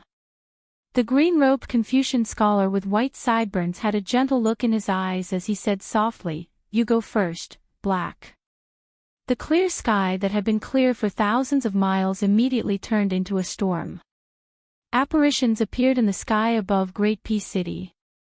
As the four words left the mouth of this Confucian scholar, a black stone jumped out of the snow-white go box slightly further away. It drew out an ethereal trajectory and lightly landed in the center of the invisible chessboard. First move was Tianyuan. A very unreasonable first move. But an even more unreasonable scene was that a brilliant pillar of light came down from the sky above Great Peace City and landed on the ground. An earthquake that hadn't occurred in 100 years seemed to occur in a grand city. The world shook. Countless tiles on the eaves of all the halls and pavilions, including the Martial Hall of Great Peace City, started to move.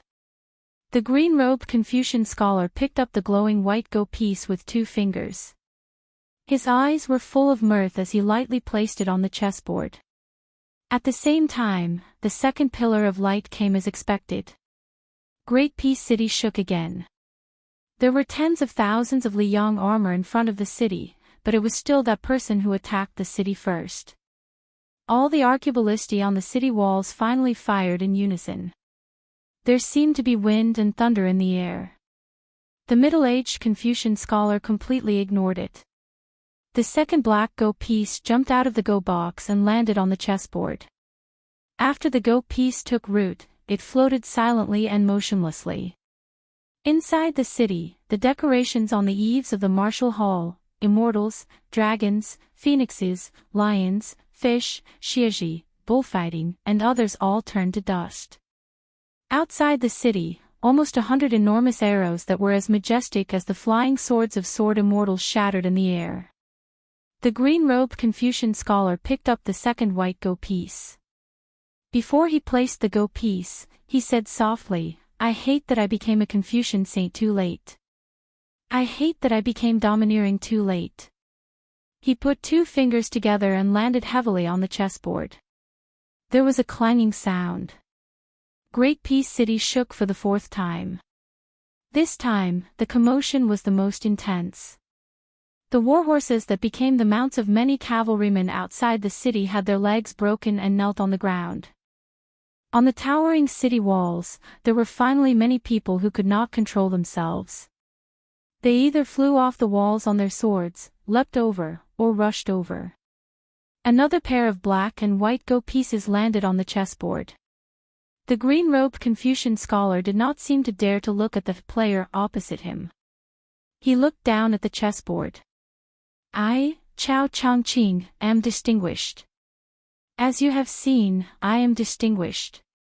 When the 4th white go piece jumped out of the go box and slowly landed, the people who had come out of the city were less than 30 steps away from Chao Changqing. Chao Changqing picked up the go piece. This time, he did not place the go piece from high to low, but casually swept it across and landed on the chessboard at a slight angle. There was a great energy that swept across. The martial grandmasters guarding the capital were all hit and flew backwards, smashing into the walls of Great Peace City. In the spring breeze of the 3rd year of the auspicious talisman, West Chu waited for the go order and placed the go piece on Great Peace City. Chapter 1746. On top of the city wall in the south of Great Peace City, an old man and a young girl stood out among the clanging armor. The old man was dressed in linen and carried a long sword on his back. He looked like a normal swordsman. The young girl was in the prime of her life. Not only did she carry a sword on her back, but she also had 2 swords on her waist. She was even holding a sword in her hand. Therefore, she did not look like a swordswoman, but more like a little girl selling swords on the street. The 2 were Chai Ching-shan, the current leader of Dongyue Sword Pool, and Shan Yi, who had been given a book of Qingshui Pavilion sword practice by the young lord in escaped Summer Town. Previously, several people had left the city aggressively, but in the end, they were sent flying back into the city. Their corpses were embedded in the city wall, just like flies and mosquitoes that had been smashed into pieces on the window. The miserable scene made many of the Liang military officers on the city wall shudder with fear and trepidation. They subconsciously glanced at the master and disciple of Sword Pool, who had a large age gap, and finally regained some courage with great difficulty. The young girl's face was a little pale. It was not that her body was not as strong as ordinary soldiers, but that after reaching a high level in martial arts, her perception of the qi between heaven and earth was different from ordinary people. It was like an ordinary person looking at the rolling river. They only felt that it was magnificent, but qi cultivators could see the signs of the flow of qi in the world. Her master, Chai Qing-shan, was a well-deserved grandmaster of the sword. Since he had chosen her as his closed-door disciple, it was natural that he had taken a fancy to her outstanding talent. When he was chatting with the old master of Wu family's sword tomb, he was quite conceited and said that his female disciple's talent in the sword was second only to Jiang Si, the empress of West Chu. The young girl, whose name sounded like 321, only felt that she was standing on top of the city wall of martial emperor and would be smashed to death in the next moment. She clenched her teeth and held the long sword tightly. Her delicate body was on the verge of collapse. Only when Chai Qing-shan reached out a hand to support the ancient sword, young phoenix, on her back did the young girl feel relieved. She took a deep breath and said in a trembling voice, "Master, what is great official Chao trying to do? Does he really want to break into the capital by himself? Will he only stop when he kills his way into the palace for the 5th time?" Chai Qing-shan, who had traveled extensively with the young girl in recent years, shook his head and said, "Master doesn't know why Chao Chongqing changed from the Confucian way to the hegemonic way." The young girl looked at the lonely figure outside the city and felt inexplicably sorrowful. It was rumored that he had once served as a high-ranking official in West Chu and was waiting for the imperial decree. He had feelings for the Empress of West Chu, but he had never shown it his entire life. He had always adhered to the etiquette of a ruler and his minister. In the end, he had been separated by life and death, but he had never revealed his feelings. The young girl did not care if the scholar who became the Confucian sage in the ancient battlefield of West Wall was the pride of the Chao family. She did not even care about Chao Qingyi's magnificent feat of passing through the corridors of Liang Palace 3 times in her early years. She was just a little envious of the poor woman who had been scolded for 20 years. Even though she was written in various unofficial histories as an unbearable vixen and the chief culprit of the destruction of Dechu, the young girl only thought that if she died one day, it would be nice to have such an infatuated person still thinking about her after death. Thinking of this, the young girl sighed softly. She raised her arm and patted her chest with the body of the incomplete new sword, White Python. There, separated by the thinning clothes of spring, was a yellowed script, Green Water Pavilion. That was probably where her heart was at ease. It was also the reason why this was the first time she had truly practiced the sword seriously after leaving Beiliang. That young man was tall and slender, so when he spoke to her in the summer town at the foot of Wudong Mountain, he had to lower his head. Although his smile was warm, he only thought of her as an innocent Jianghu girl, a Jianghu junior who did not care if they would meet again after brushing past each other. She did not like this. As Chao Chongqing once again placed a piece on the chessboard, a rainbow light as thick as the pillar of the Hall of Martial Heroes rapidly descended from the sky. Great Peace City shuddered again. Chai Qing-shan did not look at the magnificent pillar of light descending from the city behind him. He sighed emotionally. "Us swordsmen, from ancient times until now, have tirelessly pursued the great realms of qi, rushing into the bowl and reaching the rainbow. I had not thought that Chao Chongqing was already able to channel the great righteousness of the world from the blue sky into the human world. Gao Shulu's so-called mysterious celestial being is just this. What a good Chao Chongqing. It is no different from adding another 10 feet to the 100-foot scroll. If there were qi practitioners of the northern land standing on the city walls right now, they would discover that some of Great Peace City's blue-purple qi flowed slowly into the young girl's orifices like water. The young girl was completely unaware. Even Chai Qing-shan, who had long reached the ethereal passage, tiny finger-profound realm, did not sense it. Different professions were like different mountains. Celestial phenomenon and land immortal were only separated by one level, but they were two completely different worlds. The young girl suddenly asked curiously, of the people of the three sects outside of pure martial arts, Buddhism's eminent monks are Vajra when they enter the first grade, Taoist immortals are profound when they enter the first grade, and Confucian immortals reach celestial phenomenon in one step. Master, you have always been vague in the past. Why do you only say that there is no difference between the three? And why is it so difficult for Confucian people to become saints? Chapter 1747. The old man hesitated for a moment, as if he did not want to reveal the secret of heaven, or as if he did not want his proud disciple to come into contact with that level too early. In the end, Chai Ching Shan could not stand the girl's pitiful eyes. He said helplessly, Master, you can forget about what I'm about to say. Don't take it seriously, and don't put it in your heart. Otherwise, your sword heart will be unstable, and it will affect the way of the sword that you should be walking. Master often went to the snowfield of Mount Hui in his early years, and had many long conversations with a scholar named Xianyuan Jingqing. He had a unique opinion on the matter of the saints of the three religions, and his words were always shocking. For example, he talked about the cliché of lay down the butcher's knife and become a Buddha on the spot. You must have heard this saying countless times. Xianyuan Jingqing's view on this was not quite the same. What he said was very good, and it had the merit of advising people to abandon evil and turn to good. However, at the same time, it also caused a lot of harm to people. One must know that to become a Buddha, one could only rely on gradual ascetic practice, and it required hard work. Just like the saying, the writings of the heavens are miraculous. This saying was naturally very reasonable, but to many others, it was very unreasonable. Xianyuan Jingqing had said that many pioneers, especially those scholars who had turned from nomads to tycoons in the past 1,000 years, all of them pursued the three immortals advocated by the saints of the Zhang family. Xianyuan Jingqing opened up a new perspective on this, not because he disagreed with the teachings of the saints, but because he lamented that the later generations had gone astray. He gave an example of burying a child and worshipping his mother. This action was undoubtedly in line with the virtues of filial piety, and was praised by countless people. However, Xianyuan Jingqing asserted that this person was destined to have a hard time achieving good results. If there was really an afterlife, and if there was really heaven's will in the underworld, then this person was destined to suffer the wrath of heaven and not be able to transcend. All living things in the world nurtured humans.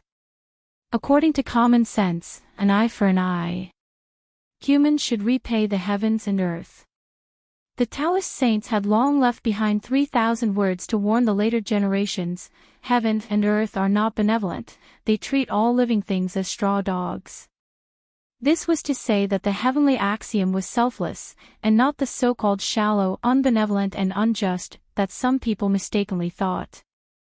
Xianyuan Jingqing very much agreed with the four words heaven and earth are not benevolent, but at the same time he also said that they were scholars, and it was precisely because they knew that they could not go against the will of heaven and earth that they had to go against the current, and set rules for heaven and earth so that everyone could be content with it. Therefore, using the 5 words of benevolence, righteousness, propriety, wisdom and trust as a framework, it finally extended to the incomparably soul-stirring sentence, set your heart for heaven and earth, set your life for the people, inherit the lost knowledge for the past saints, and establish peace for all ages.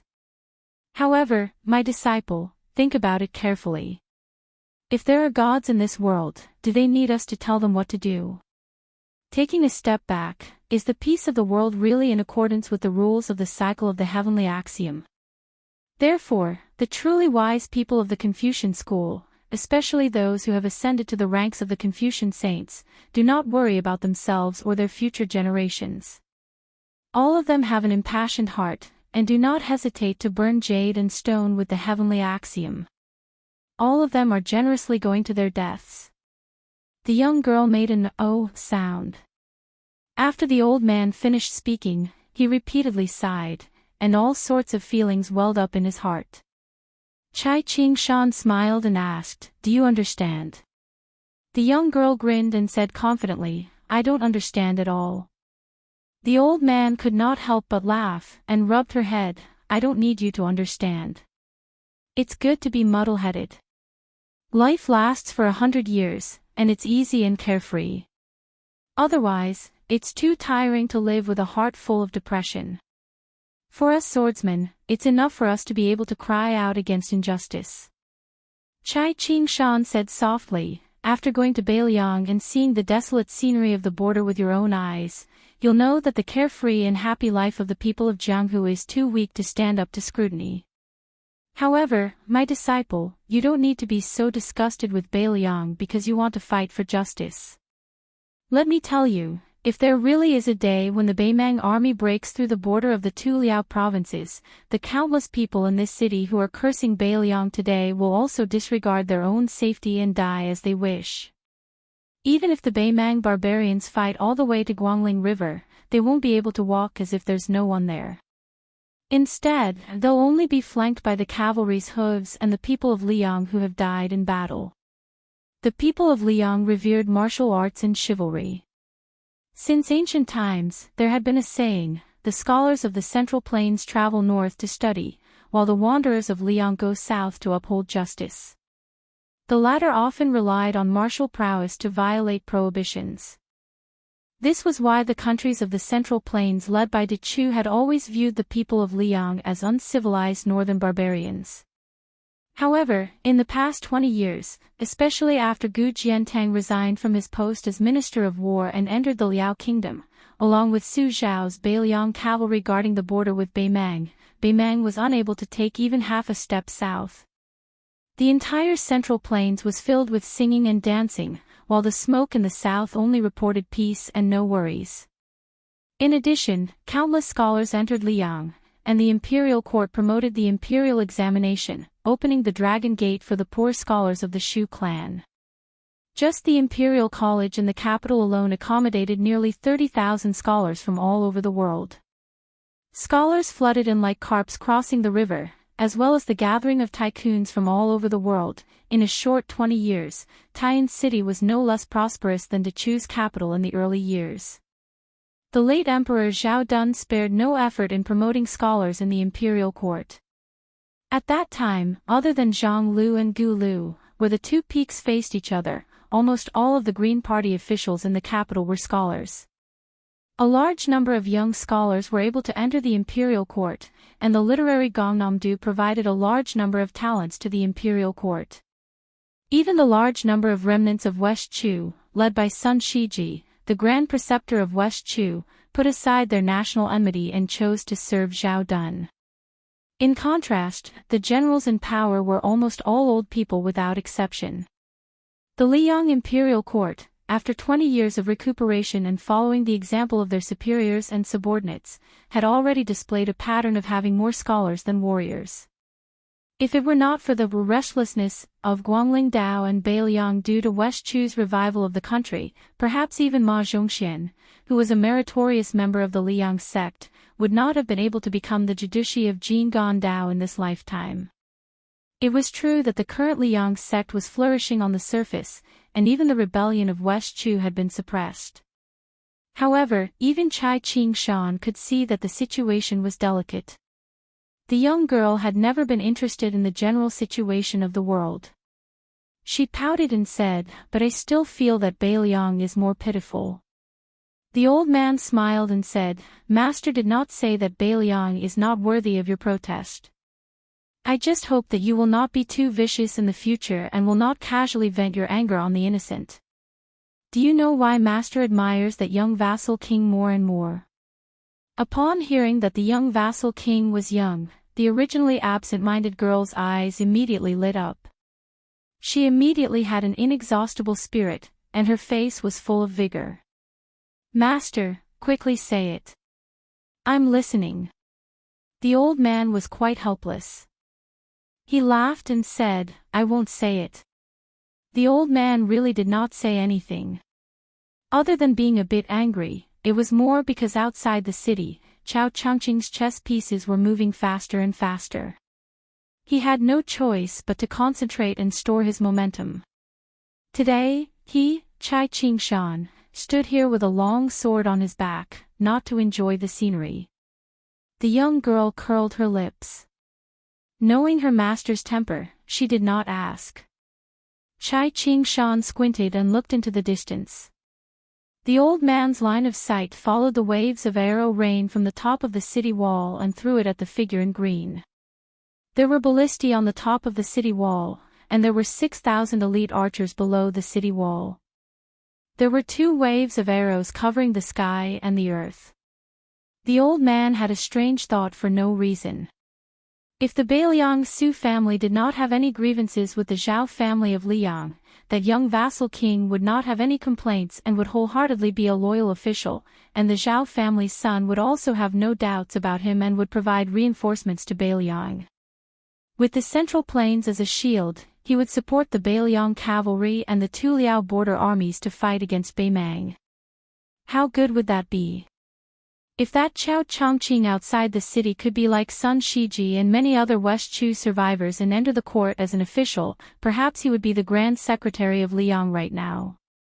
In that case, there would be no need for Qi Yonglong of Shangyin Academy to come out and turn the tide. Inside, there would be Chao Chongqing leading the Eternal Hui Old Spring and Xiangfu New Spring to strategize together. Outside, there would be 300,000 Beiliang cavalry and 200,000 Liao border armies. How could the world not be peaceful? Even if they gave Beimang hundreds of thousands of soldiers and armor, so what? On a small road in the northern region of the capital, a rider leisurely headed south toward Graydon City. There was a stall by the road that seemed to sell everything, including dumplings and tea and wine. A young man and woman sat there, each with their head buried in the 2 large bowls of dumplings. The rider dismounted and led the horse near the table, asking, "Can I sit?" The young man glanced at him. "Since you didn't bring a knife, you can sit." Thus, Gu Jiantang sat on the long bench next to Su Fingnian and Jiang and I. After this pillar of the country that could overturn the world sat down, he smiled and asked, "Su Fingnian, you treat me to a bowl of dumplings, and I help you become the emperor. Do you want to do this deal?" Chapter 1748. Gu Jintang's words were no less than his mind grenade. However, Su Fingnian was not surprised after hearing this. Without hesitation, he asked the waiter in the distance for an extra bowl of dumplings. He then asked with a smile, "A big bowl of dumplings is only 20 dumplings. The entire Liang is only 30 prefectures. 1 dumpling is worth 1 prefecture. General Gu, don't you think this is a big loss?" Gu Jiantang laughed it off and did not answer. He looked like a hungry traveler waiting patiently for a bowl of thin-skinned, meaty dumplings. Su Fingnian had been wolfing down his food, so the ginger paste naturally ate slowly. Su Fingnian was the first to put down his chopsticks and exhaled contentedly. His mouth was full of the taste of cabbage. Gu Jintang's expression was as calm as an ancient well. He looked at the young king calmly. There was a seniority difference between the 2, but in the end, there was still a difference of spring and autumn. Among the 4 famous generals of the older generation, De Chuyi Baikue was the best at commanding troops. He had fought more than 70 battles in his life and had never lost a single one. Unfortunately, he only lost 1 battle in the end. Dong Yue's consort Old Wang was the most talented in the spring and autumn. He could always turn something rotten into something magical. He was good at using surprise troops and always surprised people. He could win battles that he could not win, but he could also lose battles that he could not lose. Moreover, he lost in a way that baffled his opponents. Therefore, although he was the most talented, he had the lowest achievements. Su Zhao's personal strategy was the weakest, but he won in his perseverance and tenacity. He fought on despite repeated defeats. No matter how defeated he was, he could always rise from the ashes. Even if he was still dead, the Su family's military heart was still condensed. That was why he had the last laugh. Gu Jiantang and Qijing were not as good as Yu Baikue and Wang Wang, but they had no shortcomings in commanding troops. Therefore, in this life, they had achieved brilliant results on the battlefield. Gu Jiantang entered the spring and autumn later than Su Shao, who left Liaodong with 800 old soldiers. In the end, he only had 2 achievements. Su Shao, on the other hand, had 6 achievements. Most of the military strategists and historians in the Liang imperial court did not think that Gu Jiantang was not as good as Su Shao in commanding troops. Instead, he lost because Su Shao early, Gu Jiantang late. Gu Jiantang can't manage at the right time. Gu Jiantang's life story was thought-provoking. After he stayed in the capital to serve as the Minister of War, he scattered his old troops to various places in Liang. For example, Kainan, Donggong, Huanggong, and the others all served as officials of the border. Although great peace cities Gulu and Zhangjiulu had a two-peak confrontation, it was always said that the blue-eyed man had the power to overturn the court. There was no such thing as Gu Jiantang covering the sky with one hand. And Gu Jiantang, as one of the top 10 martial arts masters in the past, never cared about the ranking. He also never went to Martial Emperor City to compete with Wang Xinji. As the undisputed #1 saber user in the world, he would never raise his eyebrows at a sword-using martial arts master. In the past 10 years, other than when Chao Chongqing and Jiang Si joined forces to break into Great Peace City in the first year of Xiangfu, Gu Jiantang used his identity as a military official of Liang to stop them with the thunder of mind. There was no news of Gu Jiantang initiating a fight with anyone else. In the past 20 years, Gu Jiantang stood tall in the imperial court of Liang. No one doubted the loyalty of this meritorious general. Not the late Emperor Zhao Dun, not the new Emperor Zhao Zhuan, not the other civil and military officials. In the eyes of Liang, this old Minister of War was not only the best candidate to resist the Beiliang cavalry, he was also the greatest backbone of Liang. The silent Gu Jiantang was like a family heirloom. If he did not take it out to show it to others, it meant that the family was still there and that they were still confident. Therefore, even when the Guangling Road War last year was so chaotic, Gu Jiantang, who was in charge of the border defense between the 2 Liao provinces, did not lead his troops south. Because of this, the people of Liang did not believe that the rebel army in West Chu could succeed. But today, at the critical moment when West Chu was destined to collapse, it was this only pillar of the Liang dynasty that said that he wanted a young man not surnamed Shao to be the emperor. Su Fengnian looked at Gu Jiantang, who was sitting across from him, picking up his chopsticks and gently poking at the greasy table. He watched as Gu Jiantang picked up a dumpling and began to slowly chew it. Su Fengnian's expression was as usual. This was the calmness that had been honed through countless battles, but it did not hinder the stormy waves in his heart. Gu Jiantang ate 7 or 8 dumplings in one go. He paused for a moment and raised his head to look at the young vassal king that he had only met once.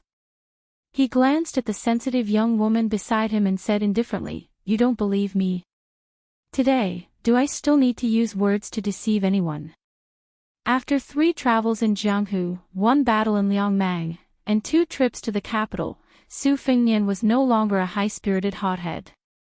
He smiled and said, "Did you not come to the south to find Chao Chongqing, but to predict that I would stop you?" Gu Jiantang picked up a dumpling and gently shook his chopsticks to shake off some chopped green onions. He was not in a hurry to put it into his mouth. He shook his head and said, "If you didn't come, I would have gone straight to Tai and City to kill Chao Chongqing. If it was before, I would at most have a 40% chance of winning against the Confucian sage Chao Chongqing. Naturally, I would not be able to kill the tyrannical Chao Chongqing. At this time, no one can stop Chao Chongqing. But if he insists on using human strength to fight against the heavens and wear down the fate of the Liang Zhao clan, then I would have a chance. Since you are here, that's even better. I believe you already know why I want to kill Chao Chongqing. Originally, he promised me that once the West Chu matter was completed and the Jiang clan became the co-ruler of the Central Plains, then all the military merits of Beimang would belong to me. I will not refuse this invitation." Su Fengnian frowned and said, "Isn't it the same if the West Chu matter is defeated? You, Gu Jiantang, don't even have to bear the infamy for a while. Gu Jiantang laughed coldly and said, "What have I done in these 20 years? Wasn't it because I had no choice but to raise the bandits for my own sake? There is Su Shao in the northwest and Zhang Julu in the court. That is why I, Gu Jiantang, am stable. The border towns are divided. Other than you, the vassal kings, who are too big to get rid of, don't forget that there is still the word town. In the Battle of Guangling, how many generals who would not have died? How many generals' power was reduced? All the cavalry, including Yan Zhenchuan, were wiped out. Yang Xinqing's Jizhou infantry were not many left. The Prince of Guangling, Zhao Yi's navy infantry were all destroyed. The Prince of Huainan, Zhao Ying, died in battle. No matter how high and powerful the civil officials were, the emperor could find a crime and kill them. But how could the generals at the border be killed so easily? It's more like they rebelled. They have the capital to start a war and cause chaos, and they don't have the misgivings of being infamy in the history books. If I, Gu Jiantang, were the emperor, for the sake of the country in the long run, I would also emphasize the civil and suppress the military. Eating the dumplings, Gu Jiantang slowly said, "Do you think the previous emperor Zhao Dun did not make a move against me before his death? Let's not talk about my former subordinates Tang Taihuang, Tian Zong, and the others who entered the capital to become officials. Let's talk about Lu Xingxiang and Su Gong, these two people, who were obviously candidates to replace me. Su Gong replaced the emperor to patrol the border, Lu Xingxiang used the Battle of Guangling to accumulate experience. But why? It's nothing more than to prevent their merits from being too early. The real use of them is still to be used in the Battle of Beimang in the future. They still have a long way to go before their wings are fully developed. To put it bluntly, if you give them 10 or 20 years of military service, at most they'll only be the second Gu Jiantang. By that time, the situation in Liang will have stabilized. Asking them to remove their armor and return to their fields is much simpler than asking me, Gu Jiantang, to pack up and get lost. The strategy that Zhang Julu and Yuan Benqi formulated for the previous emperor is not bad.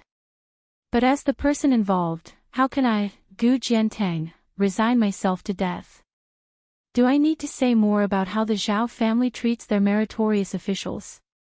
Gu Jiantang picked up another dumpling. He couldn't help but glance at the female emperor, De Chu, who was carrying a sword case on her back.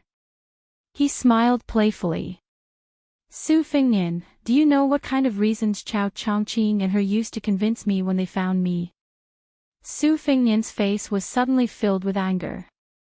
He gritted his teeth and said, Motherf asterisk cur. Did Chao Chongqing agree to one of your sons becoming Empress? If that's really the case, I won't stop you. I'll be Gu Jiantang's assistant. See if I don't beat Chao Chongqing until he can't be domineering anymore. Under the table, one of Su Fengnian's feet was ruthlessly stepped on and crushed repeatedly. Perhaps he felt that one foot wasn't strong enough, so he lowered his body and stepped on Su Fengnian's feet with both feet. Gu Jiantang couldn't help but laugh. Chao Chongqing wouldn't be so boring. Chao Chongqing only said that he could let me flatten Beimang and that he dared to let me lead an army to complete a feat that even Su Shao couldn't accomplish. The reason was very simple. When Chao Chongqing was alive, no matter how great my military achievements were, I couldn't rebel because Chao Chongqing could die together with me. Even if Chao Chongqing died before me, when the time came to unify the Central Plains and swallow up Beimang's De Chu, there would still be someone. As long as I dared to plot against him, there would still be someone who could single-handedly kill me, Gu Jiantang. Moreover, that person would definitely live longer than me. Therefore, no matter how powerful the Gu family was, it was destined to be peaceful for the next 50 years. As for the specific situation after 50 years, the Jiang and Gu families were simply following the will of heaven. Since that's the case, I don't have any worries and I'm not afraid of shocking the master with my achievements. I'm well aware of how to choose Jiang family treats Yi Baikue and how Li Yang's Xiao family treats Su Xiao. Su Fengnian rubbed his chin and smiled. That's more like it. Looking at the smug fellow, Jiang and I, who hadn't finished eating the dumplings, slammed his chopsticks on the big white bowl. Su Fengnian didn't feel guilty at all. Instead, he stared and said, "A bowl of dumplings costs 5 copper coins. There are still 6 dumplings in the bowl. Don't you feel bad for wasting a copper coin? Anyway, I didn't bring any money. You can pay the bill later." Jiang and I was stunned at first, then he snorted coldly. However, he still silently picked up his chopsticks. Even Gu Jiantang, who had a heart as strong as iron, didn't know whether to laugh or cry. Gu Jiantang shook his head slightly and smiled. In the same way, you, Su Fengnian, are the emperor. Su Xiao treated his former subordinates well, and you personally went to war. I, Gu Jiantang, am not afraid of what happens in life or behind. Su Fengnian sighed and muttered, being the emperor. Gu Jiantang picked up the last dumpling in the bowl and smiled. Su Fengnian, I'm very curious. Has Su Xiao ever thought of rebelling in his life? Or has he ever thought of having you sit on the dragon throne?